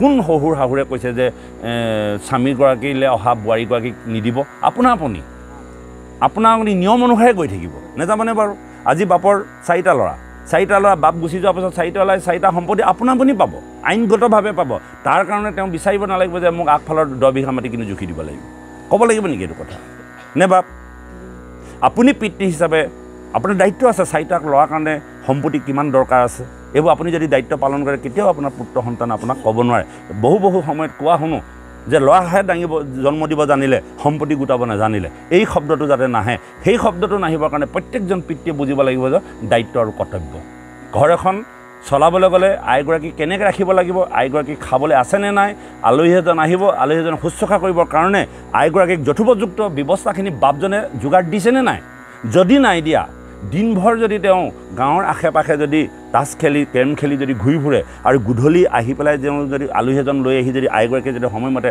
চাহ অকণ দিব নোৱাৰে তাৰ কাৰণে কিন্তু আইগৰাকীক তেওঁ কোনো কাৰণতেই দোষাৰোপ কৰিব নোৱাৰিব সেইজন স্বামী যিজনে সকলো যোগাৰ দিয়াৰ পাছত আইগৰাকীয়ে শুশ্ৰূষা কৰাত যদি ক্ৰুটি কৰিছে তেতিয়া আইগৰাকীৰ কথা শুনিব লাগিব নে বাপ ভুল কৈছোঁ নেকি এইখিনি আমাৰ জীৱনশৈলীত প্ৰয়োগ কৰিবলগীয়া কথা আমি কৰ্তব্য আৰু দায়িত্ব এই দুটাহে কওক কিন্তু অধিকাৰলৈ নাযাব মই এই কথাটো আনিছোঁ বাৰে এই কথাটো কৈছোঁ তিনিটা কথা কৰ্তব্য দায়িত্ব আৰু অধিকাৰটো যদি বিচাৰে তেতিয়াহ'লে কৰ্তব্য আৰু দায়িত্ব আপোনাৰ নাথাকিব যদি অধিকাৰ বাদ দিয়ক কৰ্তব্য আৰু দায়িত্বৰ ওপৰত আমি সকলোজনে ন্যস্ত হ'ব লাগে সমাজতো সেই একেটা কথা অনুষ্ঠান এটা পাতিছোঁ মোৰ কৰ্তব্য কি অনুষ্ঠান এটা আছে মোৰ দায়িত্ব কি মোৰ দায়িত্বটো মই নিজে নুবুজি মই যদি থমথমকৈ বহি থাকোঁ অনুষ্ঠানভাগ আগবাঢ়ি যাব কেনেকৈ নে এই কথাখিনি মই টোপাকনীয়াকৈ প্ৰসংগক্ৰমে বস্তুটো আনিছোঁ গতিকে সেই মহাৰাসৰ যিসকল গোপী সেই সময়ত ভগৱন্ত পুৰুষ ৰামচন্দ্ৰক স্বামী হিচাপে শুশ্ৰূষা কৰিম বুলি কৈছিল তেতিয়া ৰামচন্দ্ৰই কৈছিল যে মই দায়িত্ব আৰু কৰ্তব্যক কেতিয়াও অৱহেলা নকৰোঁ যেই কি নহওক তোমালোকে যে মনৰ অভিলাষখিনি ভাল গতিকে মই পূৰ্ণকৃষ্ণ ভগৱন্ত হিচাপে দাপৰ যুগত আকৌ পুনৰ জন্ম হ'ম তোমালোকে গোপী হৈ জন্মগ্ৰহণ কৰিবা তোমালোক আৰু আমাৰ মাজত মিলন হ'ব আৰু তেতিয়াই তোমালোকে পত্নী হিচাপে আৰু মই পুৰুষ হিচাপে তোমালোকৰ আৰু আমাৰ মাজত কি হ'ব মিলন হ'ব আৰু লীলা হ'ব যিমান পাৰা তুমি স্বামী হিচাপে ভজিবা ইয়াৰ পৰম্পৰা হিচাপে আপোনালোকে দক্ষিণ ভাৰতৰ ফালে বা অন্য ফালে দেখিব বহু আয়ে তলপুৰ মাৰি থাকে তলপুৰ মৰা আয়ে এইখিনি আছে দেখিছেনে সেইসকলেই সেই সময়ৰ গোপী সেই গোপী ধৰ্মটো পালন কৰি আছে মনত ৰাখিব দেখিছেনে তলপুৰ মৰা চিলাপথাৰটো আহে আমি হাঁহো কিন্তু যদি পৰমাৰ্থি অৰ্থটো বিচাৰি কৰিবলৈ যাওঁ সেই ঋষিসকল স্ত্ৰী হৈ জন্ম লৈছে কিন্তু তলপুৰটো এৰা নাই চিনাকি কৰাই দিছে যে আমি প্ৰকৃততে আপোনালোকে ভবাৰ দৰে স্ত্ৰী নহয় আমি কাইটোহে লৈছোঁ কিন্তু আত্মা আৰু পৰমাত্মাক ভজিবৰ কাৰণেহে আমি আমাৰ ৰূপ ধাৰণ কৰিছোঁ এই ভাৱনাৰে ঈশ্বৰ ভজে মানে হয় নাই কওকচোন কথাবোৰ ক'ত আছে চাওকচোন কিন্তু আমি দেখিলে হাঁহো এই মাইকী মানুহ তলপুৰ মাৰি ঘূৰি ফুৰিছে নহয়নে বাৰু যে কি নহওক আপোনালোকক আজি প্ৰাসংগিক সেই কথাটো আনি দিলোঁ এতিয়া মহাৰাস ৰস আৰু ৰাসৰ মাজত পাৰ্থক্য কি আত্মা হ'ল আমি সমস্তজন জীৱ আত্মা আমি প্ৰত্যেকেই প্ৰকৃতি আগতেই বাপ সমস্ত আমাৰ স্বামী এজন আমাৰ এখন বিষয় সংসাৰহে সন্তান জন্ম দিবৰ কাৰণে স্বামী স্ত্ৰী মাত্ৰ এটা আহিলা এটা যন্ত্ৰ কিন্তু প্ৰকৃততে আমি প্ৰত্যেকজনেই ভাজ্যা আমাৰ স্বামী মাত্ৰ এজন স্বামী ৰাম নেৰু আমি চৰণে তোমা ভগৱন্ত আৰু এই স্বামীক পাবলৈ যাওঁতে আত্মাই পৰমাত্মাক পাবলৈ যাওঁতে যিটো অহৰহ প্ৰচেষ্টা তাকে ৰস বুলি কৈছে যিটো আনন্দ আৰু এই ৰসটোক ৰাস বুলি কোৱাৰ অৰ্থটো কি হ'ল আপোনা হ'বক বা আমাক বুজাবৰ কাৰণে যিটো আকাৰ কৰি দেখুৱাই দিলে এইগৰাকী গোপী এইজন কৃষ্ণ এইখন বৃন্দাবন এই যে আকাৰ দিলে ৰস দন্তীয়া হয় ৰস তাত আকাৰডাল দিলে মানে আকাৰ কিন্তু এইটো হ'ল আত্মা আৰু পৰমাত্মাৰ যিটো ৰস যেনেকৈ আত্মাই পৰমাত্মাক বিচাৰি যেনেকৈ ৰসত আনন্দিত হৈ থাকে এই বস্তুটো জগতত আকাৰ হিচাপে দেখুৱাবৰ কাৰণে যি ব্যৱস্থাপনা আনিলে সেইটোকেই ৰসৰ পৰা ৰাস হৈছে আকাৰ আহি গ'ল আপোনাক দেখাবলগীয়া হ'ল আপুনি আজি বাস্তৱিক জগতত কাইলৈ পৰহিলৈ ৰাস আহিছে আপুনি গোপী হিচাপে দেখিবলৈ পাব কৃষ্ণ হিচাপে দেখিবলৈ পাব নাপাবনে শংখচূড় হিচাপে দেখিবলৈ পাব এই যে আকাৰ কৰি যে জগতক যে বুজালে তেতিয়া ৰসৰ পৰা গৈ ৰাস হৈ থাকিলে আচলতে ৰস কি ৰস প্ৰেম ৰস কি ৰস ভকতি ৰস কি ৰস সাধু ৰস কি ৰস আত্মা পৰমাত্মাৰ ৰস আমি কিহত বলীয়া হৈ আছোঁ ৰস প্ৰিয়বত ভাগৱত ৰসম আলয়ম ৰসম যোগ আলয়ম এইবোৰ আকৌ সংস্কৃতটো জানিব লাগিব প্ৰিয়বত পান কৰা ভাগৱত কি ৰসম আলয়ম বুলি কোৱা হয় ৰসম মানে আলয়ম মানে ঘৰ ৰসেৰে ভৰপূৰ হৈ থকা এটা ফল সেইটো তোমালোকে পান কৰা ৰসম আলয়ম মুহু ৰহু ৰসিকা ভুবি ভাবুকা তেওঁ বাৰে বাৰে পান কৰিব পাৰে যিজন ভাবুক এই সংস্কৃতটো অৰ্থ আমি গাঁওহে আমি শ্লোকটোৰ কথা অৰ্থ জানো নেজানো বা জানিবলৈও বিচৰা নাই বা নুসুধেও কোনো এই শ্লোকটোনো সদায় গাই থকা হয় কি কোৱা আছে প্ৰিয়বত ভাগৱত ৰসম আলয়ম ৰসৰে ভৰপূৰ এটি বৃহৎ ফল মুহুৰহু বাৰে বাৰে প্ৰিয়বত প্ৰাণ কৰা ভাবুকজনেহে বাৰে বাৰে পালন কৰিব পাৰে প্ৰিয়বত ভাগৱতৰ সমালয়ম মুহুৰহু ৰসিকা ৰস ভুবি ভাবুকা ভাবুকজনেহে সেই ৰসৰ ভাণ্ডাৰটোৰ পৰা ৰস উলিয়াই খাব জানে ৰসমালয়ম মানে ৰসৰ এটা ভাণ্ডাৰ নাই জানো আজি প্ৰথম স্কন্ধ গ'ল দ্বিতীয় স্কন্ধে ইমানখিনিলৈকে পাওঁতে আমাক কিমান ৰস বাগৰি গৈছে আৰু পান কৰি আছোঁ কিন্তু এই ৰস যে পান কৰিছোঁ যিজনে ভাবুক বা ভাবিবলৈ শিকিছে সেইজনে সেই ৰস পান কৰি খাব পাৰে এনেই বোলে ভাগৱতৰ সন্মুখত বহি আছোঁ বাপে বেয়া পাবৰ কাৰণে গৈছোঁ তেতিয়াহ'লে তেওঁ জীৱনৰ ৰস উলিয়াই খাব নোৱাৰে আৰু যিজনে ৰস উলিয়াই খাইছে তেওঁ ৰাতি 12টা বজাতো ভাগত লাগে কাৰণ ইয়াৰ পাছত কি হ'ল দেৱৰ্ষি নাৰদে আজি ব্ৰহ্মাদেৱৰ পৰা বাৰে প্ৰতি সন্দেহ হৈছে ইয়াৰ পাছত কি হ'ল হে প্ৰীতিদেৱ ইয়াৰ পাছত কি হ'ল আৰু ইয়াৰ পাছত কি হ'ল মানে ৰামচন্দ্ৰ অৱতাৰ হ'ব ইয়াৰ পাছত ভগৱন্তৰ কৃষ্ণ অৱতাৰ হ'ব আৰু কৃষ্ণ অৱতাৰ হৈ তেওঁ বৃন্দাবনত লীলা কৰিব গোপীসকলক এনেকুৱা কৰিব তেনেকুৱা কৰিব আৰু গৈ থাকোঁচোন কি ওলায় কৃষ্ণ বুজাত অসুবিধা হৈছে নে অলপ খৰ হৈছে নি কথাবিলাক অলপ স্পীড হৈছে যেন লাগিছে কৈ দিব আপোনালোকে অকণমান শ্ল' কৰিবলৈ ক'লে শ্ল' কৰি দিব মোৰ মানে এই হিট আহি যায় ভল্টেজটো বাঢ়ি গৈ থাকে কৃষ্ণ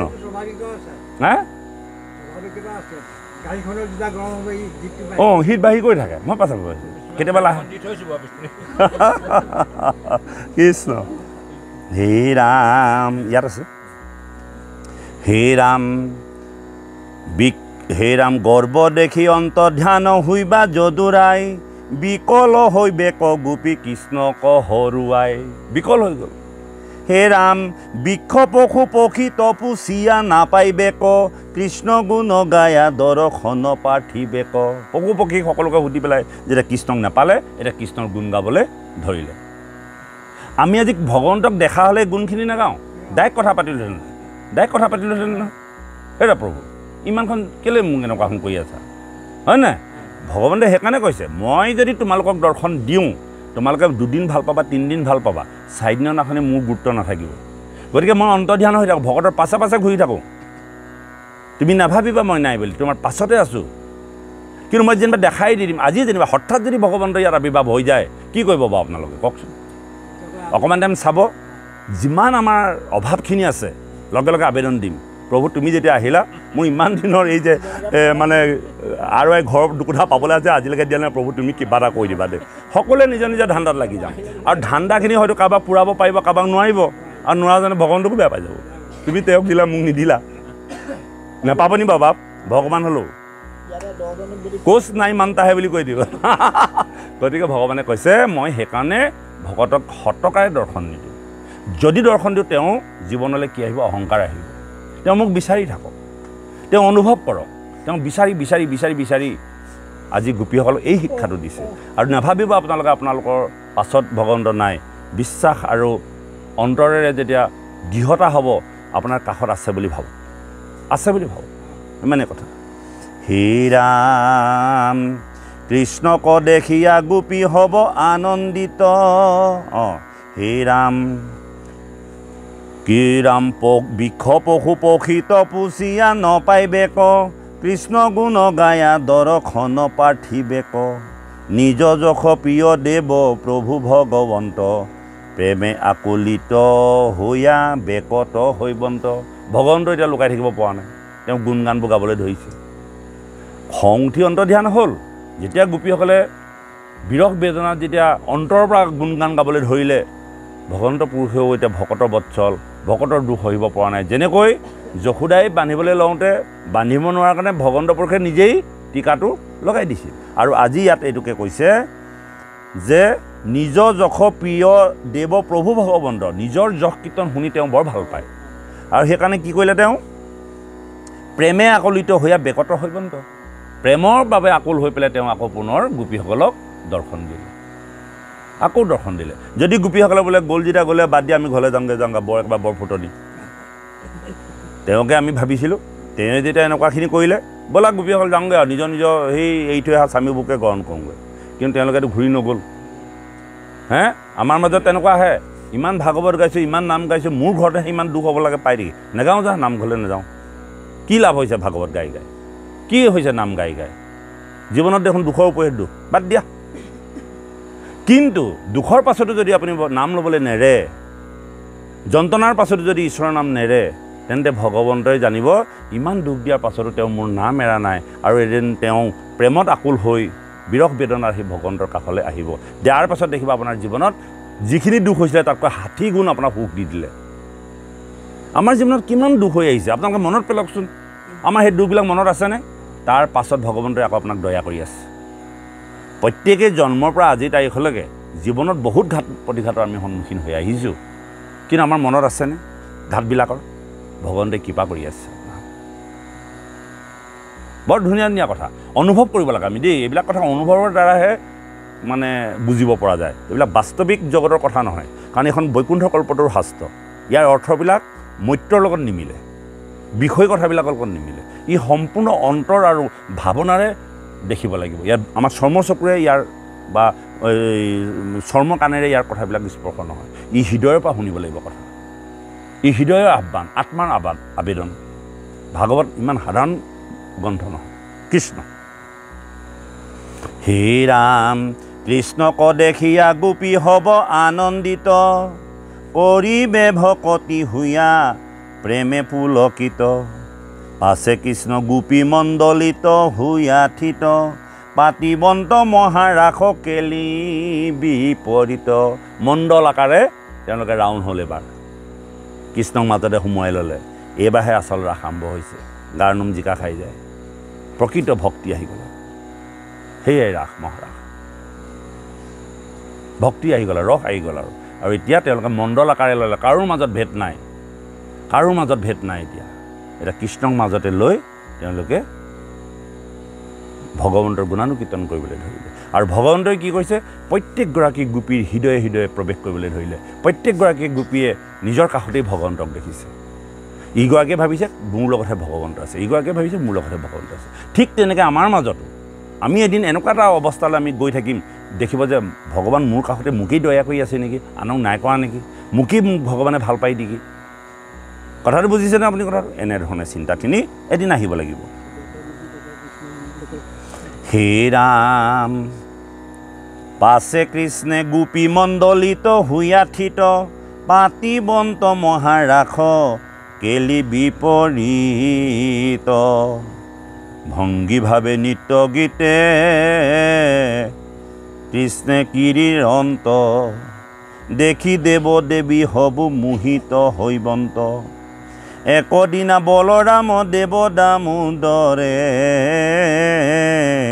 গোপী হমে ফুৰিবন্ত বনৰ ভিতৰে সেহি বেলা শংখচূড় অধম পামৰ গোপিকাক লয়া যাইবে বনৰ ভিতৰ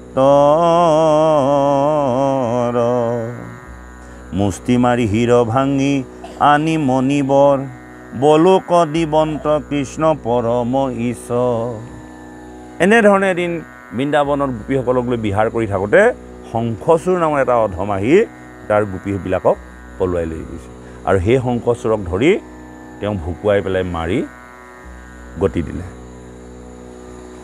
হে ৰাম মুষ্টি মাৰি হিৰ ভাঙি আনি মণিবৰ বলোক দিবন্ত কৃষ্ণ পৰম ঈশ্বৰ নন্দক ৰাখিবে খাপ গোচাই গন্ধবৰ গোপী গীত গাইবা গুণ বনাই গোবিন্দ অৰিষ্টকে ক্ষীৰো প্ৰাণ হৰি নাৰায়ণ তজু তুতি শুনি ব্ৰহ্ম কৰিবা নিজান অৰিষ্ট বোম এইবিলাক অসুৰবিলাক নিৰ্যান কৰিছে কংখে পাঞ্চি বেক পাছে আহিবা অকুৰ কৃষ্ণ খোজ দেখি হবে দুখ যাইবে দুখ তেনে অৱস্থাতে লীলা কৰি থাকোঁতে নন্দৰ ঘৰলৈ এটি খবৰ আহিলে অত্যন্ত হৃদয় বিদাৰক এটি খবৰ আহিলে যে কংসই পাঞ্চনী মানে নিমন্ত্ৰণ দিছে যে কৃষ্ণক মথুৰালৈ নিব লাগে বোলে কিয় এখন মাল যুদ্ধ পাতিছে আৰু কৃষ্ণই তাত অংশগ্ৰহণ কৰিব লাগে 8 বছৰ বয়স হৈছে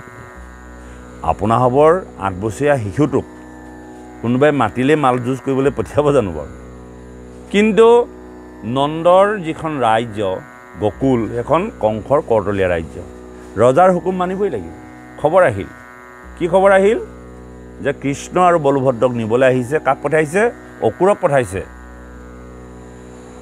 যে এওঁ এখন মাল ৰণ পাতিছে মাল যুঁজ পাতিছে আৰু কৃষ্ণ বলভদ্ৰ তাত যোগ দিব লাগে কংসৰ আঁচনি যে লৈ আনা মালৰ লগত যুদ্ধ কৰোৱাই মৃত্যুবৰণ কৰাম আৰু লগে লগে যশোদা অত্যন্ত দুখ সেই শিশুটোক কেনেকৈ এৰি পঠিয়াব কিন্তু এৰিবতো লাগিবই পঠিয়াবতো লাগিবই সেই 8 বছৰীয়া শিশুটি আৰু সেই গকুলৰ শেষ লীলা যেতিয়া অকুৰ আহিলে গকুললৈ পুনৰ ভগৱন্ত ঘূৰি নগ'লতো উদ্ধৱকে পঠালে পাছত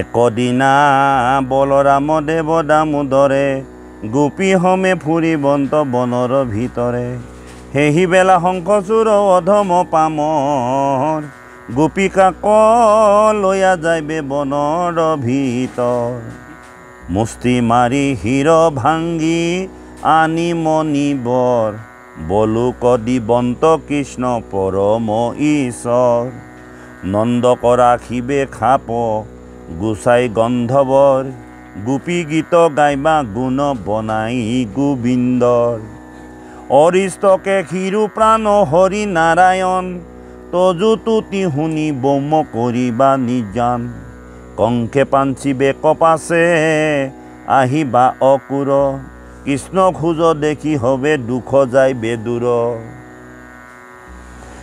এই ৰথে তুলি লৈয়া যাইবে ৰাম দামোদৰ তুতি নতি কৰিবে জলৰ ভিতৰ পাছে কৃষ্ণ মথুৰাত হৈবা উপগত ধোৱা বধি মালা পিন্ধি ফুৰিবা পুৰত কুজিৰ চন্দন পিন্ধি কাক্য কৰি ভাল পুবলয় মাৰি পখি বন্ত ৰংগ খাল কি ক'লে বাপ যেতিয়া অকুৰ আহিলে 8 বছৰীয়া শিশুটোক লৈ গ'ল মাল যুদ্ধৰ কাৰণে ৰথত তুলি নি আছে সন্ধ্যা হ'ল অকুৰ এজন মহাভক্ত আছিল কৃষ্ণ বলভদ্ৰক ৰথত তুলি লৈ গৈছে আৰু কৃষ্ণ বলভদ্ৰক হঠাতে ৰথখন ৰাখিলে সন্ধ্যা উপাসনাৰ সময় হ'ল অকুৰটো ভক্ত তেওঁলোকক ক'লে হে কৃষ্ণ হে বলভদ্ৰ তোমালোকে ৰথতে বহি থাকা মোৰ এতিয়া সন্ধ্যা গায়ত্ৰী কৰিব সময় হ'ল লগে লগে কাষতে থকা নদীখনত ডুব মাৰিলে স্নান কৰিব লাগে নহয় সন্ধ্যা নিত্যকৰ্ম কৰিবৰ কাৰণে তাৰ আগত আমি গা ধুওঁ নুধুনে বাৰু আমিতো গা নোধোৱাকৈ নকৰোঁ আমাৰ ৰাতিপুৱা গা ধুওঁ গধূলি গা ধুওঁ ঠিক অকুৰৰ সেই সন্ধ্যা সময়ত গায়ত্ৰী মন্ত্ৰৰ কাৰণে তেওঁ স্নান কৰিবলৈ গ'ল ডুব মাৰিছে মাত্ৰ সেই ৰথখনে হেঁতি কৃষ্ণ আৰু বলভদ্ৰক পানীৰ মাজত দেখিছে মনতে ভাবিলে সৰু ল'ৰা ৰথত বহাই থৈ আহিছিলোঁ কিবা এটা চাগে খেলি মেলি কৰিলে ৰথে চথে বাগৰি আহি পানীত পৰিলে একদম উঠি চক্কা খাই উঠিছে দেখিছে কৃষ্ণ বলভদ্ৰ ৰথত বহি আছে আকৌ বুৰ মাৰে আকৌ দেখে পানীৰ তলত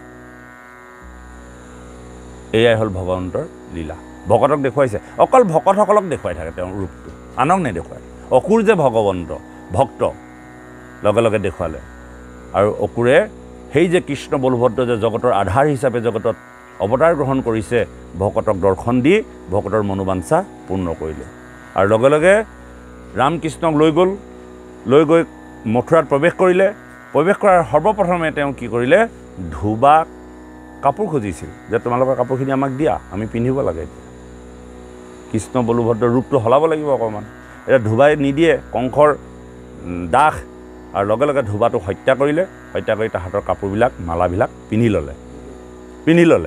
লৈ একদম মানে তাহাঁতক ধৰিব নোৱাৰে এতিয়া আৰু ইয়াতো পৰম আনন্দিত হৈ আছিল। তাৰপাছতে গৈ পেলাই কংসৰ সেই ৰংগশাল পালেগৈ। সৰ্বপ্ৰথমে কংসৰ এটা হাতী আছিল, কি নাম? কোবালয় হাতীটোৰ লগত প্ৰথম যুদ্ধ কৰিব লগা হৈছে। কোবলৰ হাতীটো আহি গ'ল আৰু কোবলয় হাতীটোক কৃষ্ণ বলোৰামে হত্যা কৰিলে। তাৰপিছত মালযুদ্ধত প্ৰৱেশ কৰিলে। বাপাই সমস্ত যেতিয়া কৃষ্ণ মথুৰাত প্ৰৱেশ কৰিলে, প্ৰত্যেকেই প্ৰত্যেক ধৰণৰ দৃষ্টিয়ে চাইছে। যেতিয়া যুদ্ধ কৰি থাকে মালবিলাকৰ লগত, কংস, চানু, মুষ্টি এইবিলাকৰ লগত যুদ্ধ কৰি থাকে, ডাঙৰ ডাঙৰ মাল বুলি কয়। তাৰমানে আপোনালোকে মাল মানে বুজিছেনে? যিটো পালোৱানটোক মাল বুলি কয়। হয়তো কৈ গ'লোঁ দেখোন, অক্ৰূৰক পঠাই দিলে। কংস মই কৈ গ'লোঁ যে কৰ্তলীয়া ৰাজ্যত নপঠিয়ালে নহ'ব, আপুনি এইখিনি কৈ যোৱা হ'ল। গতিকে যেতিয়া যুদ্ধ কৰিছে তাৰ মথুৰাৰ সমস্তজনে বেলেগ বেলেগ ধৰণে চাইছে। কংসই কি দৃষ্টিত চাইছে? কংসৰ দৃষ্টিটো কি কৃষ্ণৰ প্ৰতি? জমকাল হিচাপে দেখিছে। গোপীসকলে তাত নাৰীসকলে কি দেখিছে? কৃষ্ণক স্বামী হিচাপে দেখিছে, যে এই ল'ৰাটোক যদি মই স্বামী হিচাপে পালোহেঁতেন। চবৰ মনত প্ৰেমভাৱে চাইছে। কথাটো গম পাইছেনে? ভকতসকলে কৃষ্ণৰ পৰম ব্ৰহ্ম হিচাপে চাইছে। দৃষ্টি বেলেগ বেলেগ, ভগৱান এজনেই, চবৰে দৃষ্টি বেলেগ বেলেগ। নাৰীসকলে কৃষ্ণক স্বামী হিচাপে পাবলৈ বিচাৰিছে। এনেকুৱা এজন সুঠাম সুন্দৰ চেহেৰা স্বামী এজন পোৱা হ'লে কিমান আনন্দিত হ'লহেঁতেন। আৰু যিসকল মাতৃ তেওঁলোকে শিশুৰ দৃষ্টিত চাইছে, যে ইমান সৰু ল'ৰাটোক ইমান মালবিলাকৰ লগত যুদ্ধ কৰিবলৈ আনিছে, ইছৰা উপায়টো নাই, কোনো প্ৰতিবাদ কৰিব নোৱাৰে। গতিকে প্ৰত্যেকৰে যেনেধৰণে দৃষ্টি তেনেধৰণে ভগৱন্তই তেওঁলোকৰ মনোবাঞ্ছা পূৰণ কৰিছে। ইয়াত ক'ব এইবিলাক কথা, ইয়াত ক'ব দেই এইবিলাক কথা। হে ৰাম কংসে পাঞ্চি বেক পাছে আহিবা অকুৰ, কৃষ্ণ খোজ দেখি হবে দুখ যাইবে দূৰ, ৰথে তুলি লৈয়া যাইবে ৰাম দামোদৰ, তুতি নতি কৰি বেক জলৰ ভিতৰ, পাছে কৃষ্ণ মথুৰাত হৈবা উপগত, ধুবা বধি মালা পিন্ধি ফুৰিবা পুৰত, কুজিৰ চন্দন পিন্ধি তাইক কৰি ভাল, কোবলয় মাৰি পখি বন্তৰংগ খাল। কুজি কেৱল কংসৰ ৰাজসভাত আছিল, অকল চন্দন পিছাৰ কাম। কিন্তু ভগৱন্ত যে আহিছিল আৰু সেই ভগৱন্তক তেওঁ চন্দন লেপন কৰি পৰম আনন্দিত হৈছিল।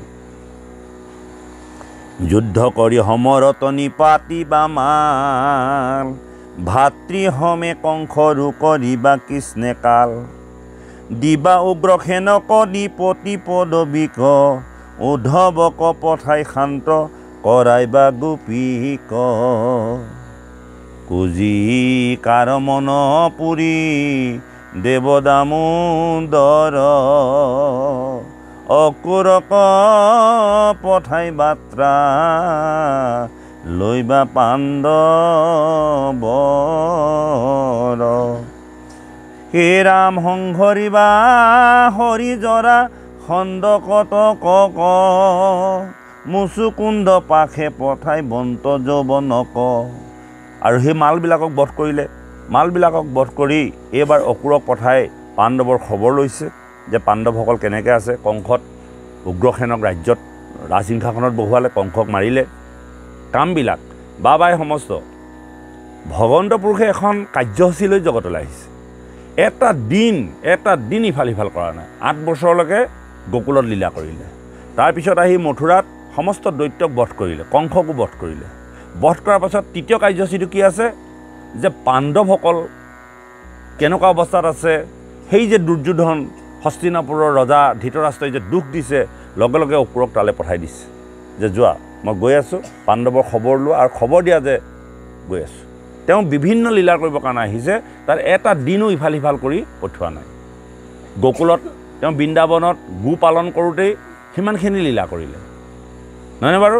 তাৰপিছত আহিলে মথুৰাত এইখিনি কৰিলে। উগ্ৰসেন ককাক উগ্ৰসেনক ৰাজ সিংহাসনত বহুৱালে আৰু বসুদেৱ দৈৱকীক কাৰাগাৰৰ পৰা মুক্তি দিলে আৰু দি লগে লগে তেওঁলোকক এৰিলে। তেওঁলোকে আকৌ সেই আমাৰ আগতে পিতৃ মাতৃৰ মৰম চেনেহ পাই তাতে বহি থকা নাই, তেওঁ কৰ্তব্য পালন কৰিলে।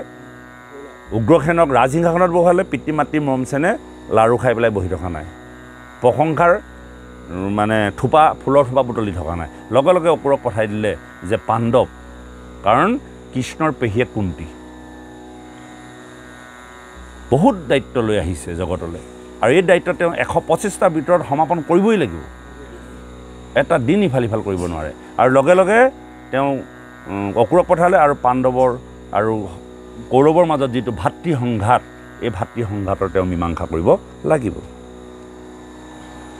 হে ৰাম আৰু তেনেধৰণে গ'ল তাৰপিছতে তেনেখিনি কৰিবলৈ যাওঁতে কুজিকাৰ মনপুৰী দেৱ দামোদৰ অক্ৰূৰক পঠাই বাৰ্তা লৈ বা পাণ্ডৱৰ সংহাৰী বা হৰি জগ জৰাসন্ধ কটকক সেই তাত গৈ জৰাসন্ধৰ নিচিনা বহুত দৈত্য আকৌ নিপাত ঘটালে মুচুকুন্দৰ হতুৱাই কালযবনক বধ কৰোৱালে ইয়াত চমুকে লীলাবোৰ কৈছে এইবোৰ চব দশমত ক'বগৈ ইয়াত গোটেই দশমখন টোপাকনীয়াকৈ কৈ দিছে ইয়াত কালযবনৰ নামত এটা চেপ্টাৰ পঢ়িবলৈ পাম আমি ইয়াত কালযবন মুচুকুন্দৰ দ্বাৰা কালযবনক বধ কৰোৱাইছে এই কথাষাৰ কৈ শেষ কৰিছে কিন্তু ইয়াৰ কথাখিনি যিহেতুকে ভাগৱতৰ দশমত আছে কালযবন বুলি এটা চেপ্টাৰে আছে জৰাসন্ধ বুলি এটা চেপ্টাৰে আছে কথাটো গম পাইছেনে গতিকে ইয়াত জাষ্ট আপোনাক ব্ৰহ্মাদেৱে দেৱৰ্ষি নাৰদক অকণমান আভাস এটা দি দিছে ভৱিষ্যতবাণী এটা কৈ দিছে যে এইখিনি কথা তেওঁলোকে কৰিব হে ৰাম ৰুক্মিণীক বিহাই বন্ত কৃষ্ণ কৃপাময় সম্বৰক বধি বন্ত কৃষ্ণৰ তনয় মণি হেতু পাইবা সত্য ভামা জাম্বৱতী মিত্ৰবৃন্দা কালিন্দী কুলভিবা শ্ৰীপতি হে ৰাম বিখজিনী সত্যক নিবন্ত কৃষ্ণে আহি ভদ্ৰা লক্ষ্মণাকো কৰি বন্ত নিজ দাসী লগে লগে তেওঁ 8গৰাকী ভাইজা বিয়া পাতিলে কৃষ্ণই আহি কোন কোন সত্যভামা জাম্বৱন্তী মিত্ৰবৃন্দা কালিন্দী লক্ষ্মণা নহয়নে বাৰু এনেকৈ ৰুক্মিণী এনেকৈ তেওঁ 8গৰাকী ভাইজা তেওঁ বিয়া কৰালে আৰু 100গৰাকী তেওঁ ভাইজা আকৌ পুনৰ বিয়া কৰাবলগীয়া হ'ল সেই যে নৰকাসুৰে বিভিন্ন জেগাৰ পৰা লৈ পেলাই গোটাই থৈছিল সেইখিনিকো তেওঁ আকৌ ভাইজা এইখিনি কমগৈ বাৰু পাছত হে ৰাম বিখজিনী সত্যক নিবন্ত কৃষ্ণে আহি ভদ্ৰা লক্ষ্মণাকো কৰি বন্ত নিজ দাসী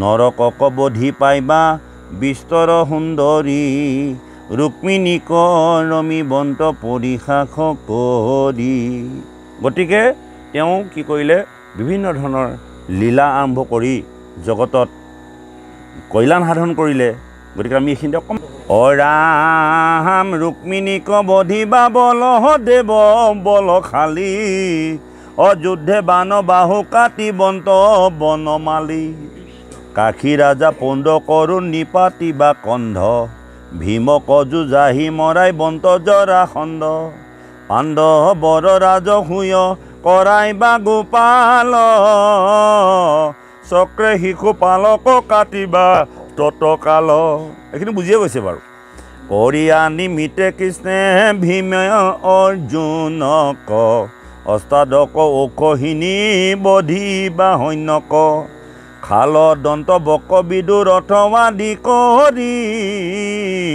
সমস্তকে মাৰি নিবা বৈকুণ্ঠ নগৰী ইয়াৰ পাছত কাশী ৰজা পণ্ডকক মানে আপোনাৰ বধ কৰিলে ৰুক্মিণী বিবাহ কৰিলে ভীমৰ হতুৱাই যুঁজাই পেলাই জৰাসন্ধক বধ কৰিলে পাণ্ডৱৰ ৰাজকীয় যজ্ঞ কৰি গোপালসকলে শিশুপালক মুণ্ডছেদন কৰিলে নহয়নে বাৰু ভীম অৰ্জুনৰ সহিতে লগ লাগি অষ্টাদশ অক্ষৌহিনী সৈন্য কুৰুক্ষেত্ৰ যুদ্ধত নিধন কৰালে শাল্ব দন্তবক্ৰ এইবিলাক বিদুৰৰ আদি কৰি সমস্তকে মাৰি নিবা বৈকুণ্ঠ নগৰী সকলোকে বৈকুণ্ঠ নগৰীলৈ পঠালে পদুম্ন ৰামাদি দ্বাৰে জীৱা বিনাশীবা তাকো কৃপা কৰি কৃষ্ণই বৈকুণ্ঠক নিবা নিজৰ ৰূপে অৱতৰি পূৰ্ণ ভগৱন্ত জগত নিস্তাৰ হেতু যক্ষয় সাথৈ বন্ত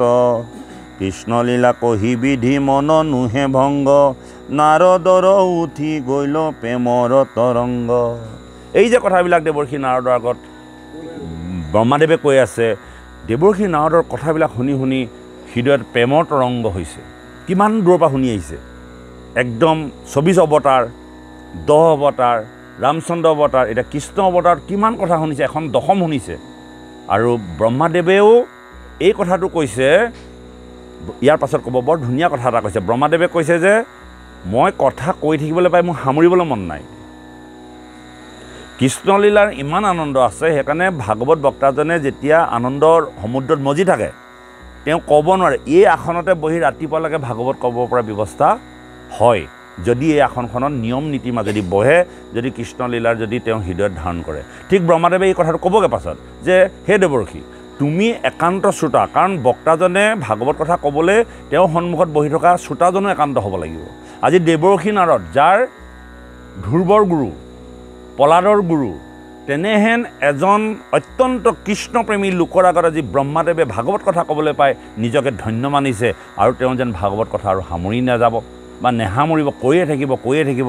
আৰু ব্ৰহ্মাদেৱে যিমানেই ভাগৱত কথা কৈ আছে, দেৱৰ্ষি নাৰদৰো তেওঁৰ শৰীৰত প্ৰেমৰ তৰংগ মানে ঢৌবিলাকৰ নিচিনাকৈ উঠলি উঠিছে।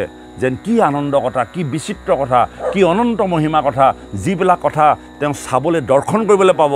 যেনেকৈ বোলে বাপসকল থিয়েটাৰখন দিছে, কাহিনীটো হ'লে বৰ ধুনীয়া দেই, কেনেকুৱা ভিৰ হৈছে। আৰু লগে লগে আমি পিছদিনাখনি যাবলৈ উদ্যত হওঁ যে আমিও চাই আহোঁ। ঠিক তেনেকৈ আজি দেৱৰ্ষি নাৰদক ব্ৰহ্মাদেৱে এনেকুৱা এটা অৱস্থালৈ লৈ গৈছে যে কোনদিনা তেওঁৰ ত্ৰেতা যুগ আহে, ৰামচন্দ্ৰ অৱতাৰ হয়, কোনদিনা দ্বাপৰ যুগ আহে, যে সেই লীলাবিলাক তেওঁ আজি দেৱৰ্ষি নাৰদে দৰ্শন কৰিবলৈ সুযোগ আৰু সুবিধা পাব। এই কথাটো কৈছে, হে ৰাম কৃষ্ণ লীলা কহি বিধি মন নোহে ভংগ। মনটো তেওঁ ভংগ নহয়, তাৰমানে ৰ'বলৈ মন নাই। আৰু কি কৈছে, এ ৰাম নাৰদৰ উঠি গৈল প্ৰেমৰ তৰংগ, সবাংগে পুলক ভৈল আনন্দ হৃদয়, প্ৰেম জল দুয়ো নয়নৰ পৰা বয়। লগে লগে আনন্দৰ চকুলো দেৱৰ্ষি নাৰদৰ দুই চকুৰে বৈ আহিছে। আৰু ব্ৰহ্মাদেৱ পৰম আনন্দিত হৈছে, যেন কৃষ্ণ কথা কৈয়ে থাকিম, যেন 7 দিন 7 ৰাতি যেন নপৰিব, ইমান অনন্ত কথা। আৰু এনেকুৱা এজন শ্ৰোতাৰ আগত মই আজি ক'বলৈ সুযোগ পাইছোঁ। আৰু এই সুযোগ পাওঁতেই যদি মই কৃষ্ণ কথা নকওঁ, মই যেন জীৱনটো মোৰ আধৰুৱা হৈ যাব, এইটো ব্ৰহ্মাদেৱে অনুভৱ কৰিছে। হে ৰাম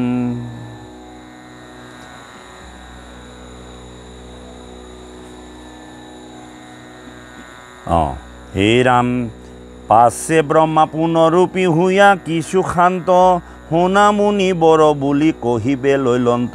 অকণমান শান্ত হ'ল ব্ৰহ্মাদেৱ, আকৌ ক'বলৈ আৰম্ভ কৰিলে, কালে জগতৰে বুদ্ধি কৰিবে কহানি, বেদৰ অৰ্থক নপাই বেক একো প্ৰাণী, হেন দেখি ব্যাস ৰূপ হুয়া কৃপাময়, শাখাৰূপে বিভাগীয়া কৰি বেদচয়, দেৱক দিবেক দুখ দৈত্য যজ্ঞ কৰি, তাক মোহিবন্ত হৰি বুদ্ধৰূপ ধৰি। এনেকুৱা কৃষ্ণলীলাবিলাক হৈ যোৱাৰ পাছত বেদব্যাস অৱতাৰ হ'ব। বেদব্যাসে 4 বেদৰ শাস্ত্ৰ তত্ত্ব অৰ্থ ভাঙি মহাভাগৱত সৃষ্টি কৰিব। আগজাননী কৈ আছে ন কথাখিনি। আনন্দ হাঁহি থাকিবচোন। আপুনি ইমান মই আপুনি বুজিছে নে মোৰখিনি ভুলে হৈছে নে মই এনেকুৱা লাগি আছে। এতিয়া তাৰপাছত ব্যাস আহিলে, আকৌ ব্যাস অৱতাৰ হ'ব নহয়। ব্যাস অৱতাৰ, এইখন ব্যাস ভগৱন্তৰ আসন, সেইকাৰণে এই আসনখনক সন্মান কৰিব লাগে। মই ক'মগৈ বাৰু কথা। সেইটোকে কৈছে, দেৱক দিবেক দুখ দৈত্য যজ্ঞ কৰি, তাক মোহিবন্ত হৰি বুদ্ধৰূপ ধৰি, বৈষ্ণৱৰো বাৰীতো নুহিবে হৰি কথা, হৈবে ক ব্ৰাহ্মণ হ'ব প্ৰাখণ্ড সৰ্বথা, হৈবে শূদ্ৰ হ'ব ৰাজা সমস্তে প্ৰজাৰ, শ্ৰাদ্ধ হোম বেদ মন্ত্ৰ গুচিবে আচাৰ।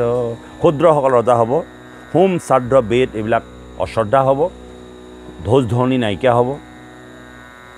ভৱিষ্যতবাণী। হে ৰাম তেবে কলি যুগ অন্তে প্ৰভু ভগৱন্ত, কল্কি ৰূপ ধৰি জগতকে শিখাই বন্ত। আৰু সেই তেনেকুৱা অত্যাচাৰ উৎপীড়ন হোৱাৰ লগে লগে কলিযুগৰ সমাপ্তি হ'ব আৰু লগে লগে ভগৱন্তে কল্কি হিচাপে আকৌ অৱতাৰ গ্ৰহণ কৰিব। হে ৰাম তেবে কলিযুগ অন্তে প্ৰভু ভগৱন্ত কল্কি ৰূপ ধৰি জগতকে শিখাই অন্ত। দেৱদত্ত ঘূতকত চৰি আমোৰাৰী অধৰ্মিক কাটি বন্ত বিচাৰি বিচাৰি। কল্কি যেতিয়া অৱতাৰ হ'ব এটা ঘোঁৰাৰ ওপৰত উঠিব, দেৱদত্ত ঘোঁৰা, আৰু সেই ঘোঁৰাটোত উঠি যিসকল অধৰ্মী কাটি যাব, এফালৰ পৰা কাটি যাব, নিমিষতে শেষ কৰি দিব। এইটো হ'বই, কৈ থৈছে। কাৰণ ৰামচন্দ্ৰ অৱতাৰ হৈ গ'ল। কাৰণ ৰামচন্দ্ৰ অৱতাৰ হোৱাৰ আগত কৈছে। এই ভাগৱত এতিয়া শাস্ত্ৰ নহয় নহয়, বৈকুণ্ঠ শাস্ত্ৰ। পদ্মকল্পতে ভাগৱত কৈছে ব্ৰহ্মাক। আৰু সেই ব্ৰহ্মাই দেৱৰ্ষি নাৰদক কৈছে, দেৱৰ্ষি নাৰদে ব্যাসক কৈছে, ব্যাসে শুকক কৈছে, শুকে পৰীক্ষিতক কৰিছে, আৰু পৰীক্ষিতক কোৱাৰ চলে শৌনক আৰু সূতৰ মাজত হৈছে। আৰু আজি আকৌ আপোনাৰ সবৰ মাজত এই ভাগৱত ব্যাখ্যা হৈ আছে, একেটা লাইন। আজিও আমি সেই গুৰুসকলৰ আসনত এই আসনখন গ্ৰহণ কৰা হৈছে বাপ। সেইকাৰণে এই আসনখনৰ প্ৰতি সদায় গুৰু দৃষ্টি প্ৰদৰ্শন কৰিব লাগে। কাৰণ আসনখন যোনে নকওক, আজি ধেমাজিৰ DC অফিচৰ আসনখনত যোনে নভক তেওঁ DC, সেই সময়ত DC। গতিকে ইয়াৰ দৃষ্টি যদি কেনেবাকৈ আপোনালোকৰ সলনি হৈ যাব, তেতিয়াহ'লে আপোনাৰ হ'ব বা আমাৰ হ'ব অত্যন্ত গুৰুদ্ৰোহত পৰি যাব। গোসাঁই বুলি যে সন্মান, কোনোবা বুলি আমাৰ সনাতন পৰম্পৰাত এখন শৰণ ব্যৱস্থাত ভাগৱতী ধৰ্মত প্ৰত্যেকক সন্মান কৰক। যিদিনা বা তেওঁ কথা বতৰা হ'ল, গুৰু সঁচাই দেৱত্ব পালে নহয়। মনত ৰাখিব, আপোনাৰ মোৰ সম্বন্ধ যিয়ে নহওক, যেতিয়া আমি নামঘৰত থাকিম, সমাজত থাকিম, মই সদায় কৈ আছোঁ যে বাপ সম্বোধন কৰিব, আইসকলক আই বুলি কওক। ইয়াত আমাৰ বৈষয়িক নামবিলাকে ইয়াত শোভা নাপায়। যিহেতুকে এখন বৈকুণ্ঠ, ইয়াত বৃন্দাবন, ইয়াত কেৱল বাপ আৰু আই, নহয়নে বাপ? আমাৰ বৈষয়িক নামখিনি কেতিয়াও মাতিবলৈ যত্ন কৰিব নালাগে। কেতিয়াও ভাবিব নালাগে যে মই ডাঙৰ তেওঁ সৰু। যেতিয়াৰ পৰা আমি প্ৰাপ্তবয়স্ক হ'লোঁ, বৈবাহিক জীৱনত আমি সোমাই পৰিলোঁ, আৰু আমি যেতিয়া গুৰুৰ ওচৰত শৰণাপন্ন হ'লোঁ, গুৰুৰ কথা বতৰা গ্ৰহণ কৰিলোঁ, তেতিয়াহ'লে আমি প্ৰত্যেকজনেই পৰিপূৰক। ইয়াত বয়সৰ কথা নাহে, কোনে জানে? যদি বয়সৰ কথা আহে তেতিয়াহ'লে সৰুজনেই আগত যায়, বয়সজনেই পাছত যায়, নহয়নে বাৰু বাপ? গতিকে সেই দৃষ্টিভংগীবিলাক আনিব লাগে, আনটো একো নাই। তেওঁ এতিয়া ঈশ্বৰ হ'ল, তেওঁ নাম কথা আহিলে, নাম কথা গ্ৰহণ কৰিলে। গতিকে আমাৰ আৰাধ্য, আমাৰ শ্ৰদ্ধাৰ, তেওঁ আদৰৰ। হে ৰাম এহিমতে ধৰি হৰি বহু অৱতাৰ, লোকক নিস্তাৰিবে কীৰ্তি কৰিব প্ৰচাৰ।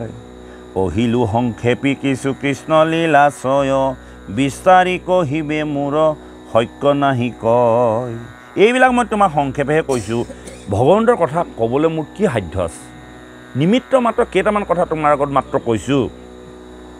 হে ৰাম কহিলো সংক্ষেপী কিছু কৃষ্ণ লীলাশয়, বিস্তাৰি কহিবে মোৰ শক্য নাহি কয়। নপাওঁ পাৰ কহি মই হৰি চৰিতৰ, নপাওঁ অন্তহন কাদি আৰু হৰ। ভগৱন্তৰ অনন্তৰ কথা কোনে কৈছে? মইতো নাপাওঁৱেই। এই চাৰি সিদ্ধই নাপায়, তুমিও নোপোৱা। কোনে কোনে নাপায় বুলি কৈছে? হে ৰাম নাপাওঁ পাৰ কহি মই হৰিৰ চৰিত্ৰ, নাপাওঁ অন্তহন কাদি আৰু হৰ। সেইকাৰণে নামৰ লগত অৰ্থবাদ কৰিব নালাগে। আমি কেনেকৈ বুজি পাম? ব্ৰহ্মাদেৱী নামৰ মহিমা বুজি পোৱা নাই, আৰু আপুনি মই নামৰ তত্ত্ব আমি যুক্তি কৰিবলৈ একো প্ৰয়োজন নাই। আপুনি হৃদয়ে যেনেকৈ ভাবিব তেনেকৈ হ'ব। আপুনি এই নাম নিগুণ নাম, এই নাম গুণ নাম, আমি নিগুণ নাম গালেহে গতি পাম, গুণ নাম গাব নালাগে, এইবিলাক সিদ্ধান্ত আপোনাক কোনে কৰিবলৈ ক'লে? নামে বিশ্বাসে মিলয় হৰি, তৰ্কে বহুত দূৰ গুচি যাব, বহুত দূৰলৈ, নে বাপ? কোনোদিনে নামৰ এই নামখা কেলে এনেকুৱা হ'ল, এই নামখা কি হ'ল, এই নামখা এনেকুৱা, এইটো নামহে গাব লাগে, 4 জয়হে দিব লাগে, 5 জয়হে দিব লাগে, এইবিলাক কথা নাই। হৰিনামৰ কীৰ্তনত নাহিকে নিয়ম একো এটাকে ধৰ্মৰ মাজে সাৰ। কিন্তু সেই কথাটো কিন্তু সদায়, এই কথাটো আজি ভাগৱতে কৈছে। অনন্ত নামৰ কথা ব্ৰহ্মাদেৱে 4 সিদ্ধই কৈ শেষ কৰিব নোৱাৰে, আৰু নামৰ মহিমা কোনেও বুজি নাপায়। কোনটো নাম সৰু, কোনটো নাম ডাঙৰ, কোনটো নামে গতি দিব, কোনটো নামে গতি নিদিব, এইবিলাক কথা আপোনাৰ মোৰ বিচাৰ্য বিষয় নহয়। আমি মাত্ৰ নাম ল'ব লাগে, সকলো ভগৱানৰ নাম। বোলে গোপাল নামটো নকৈ তুমি নাৰায়ণ নামটো কেলৈ নকলা? বিষ্ণু নামে ক'ব লাগিছিল এতিয়া। সেইটো নাৰায়ণ, বিষ্ণু, গোবিন্দ, গোপাল সকলো তেওঁৱেই। সেই কথাটো কৈছে। সেইকাৰণে কৈছে বিশ্বাসে মিলয় হৰি, তৰ্কে বহুত দূৰ। হে ৰাম অনন্তে এই ৰাম অনন্তে হাজাৰ মুখে অদ্যাপিও গান্ত তভু কৃষ্ণ চৰিতৰ অন্ত নাপাৱন্ত। চাহিদ্যইটো ক'ব নোৱাৰি, নাজানেই নামৰ কথা। আৰু অনন্তই অনন্ত ফেনাৰ দ্বাৰা আজিও গাই আছে, শেষ কৰিব পৰা নাই। তাৰপাছত আমি নামক লৈ এই ক্ষুদ্ৰ পৰুৱাটোৰ নিচিনা জীৱ এটাই আমি তথিবাদ কৰি থাকোঁ, নামক লৈ তৰ্জন গৰ্জন কৰি থাকোঁ, সমাজ ফাল ফাল হৈ গৈছে। এয়া নাম অপৰাধ, নাম অপৰাধ লিখাই আছে। নামেই অৰ্থবাদ কৰে মৰে, একদম কৰিব নালাগে, একদম কৰিব নালাগে। হে ৰাম নাপায় ৰাম অনন্ত হাজাৰে মুখে অদ্যপিও গান্ত তভু কৃষ্ণ চৰিতৰ অন্তক নপান্ত। এতেকে যিজনে লৱে আপোনাৰ মন সেহি মানে কৃষ্ণ গুণ কৰোঁ কীৰ্তন। যি ধৰণে যেনেকৈ লয় তেনেধৰণে আপুনি গতি পাব, তেনেধৰণে গতি পাব। সিদ্ধান্ত দি দিছে। হে ৰাম এতেকে যিজনে লয়ে আপোনাৰ মন সেহি মানে কৃষ্ণ গুণ কৰোঁ কীৰ্তন। অকণমান উপদেশ আছে, এদাই হ'ব হৈছে। গৃহস্থ আহিব দেই। শুনা হবা সদ হব হুইয়া এক মন হৰি গুণ নাম কৰা শ্ৰৱণ কীৰ্তন। কৃষ্ণ গুণ বিনে নাহি আনন্দৰ থান পৰম মধুৰ ৰস জানি কৰা পান। সাধু সংগে কৃষ্ণ গুণ যিজনে শুনয় কৃতাৰ্থ হুয় আতি নাহিকে সংশয়। নমো নমো কৃষ্ণ মোৰ পুৰামন কাম কৰ্ণে মুখে বিচ্ছেদন শৌকত জুনাম। ৰাতুল চৰণ দুই হৃদয়ৰ হুক জনমে জনমে সাধু সংগমনে লোক। এহি কৃপা মোক কৃষ্ণ বাপ কৰি উক। ৰাম ৰাম বোলা হবে দুৰ্গতি গোচক। কৃষ্ণ হৰি ৰাম ৰাম ৰাম।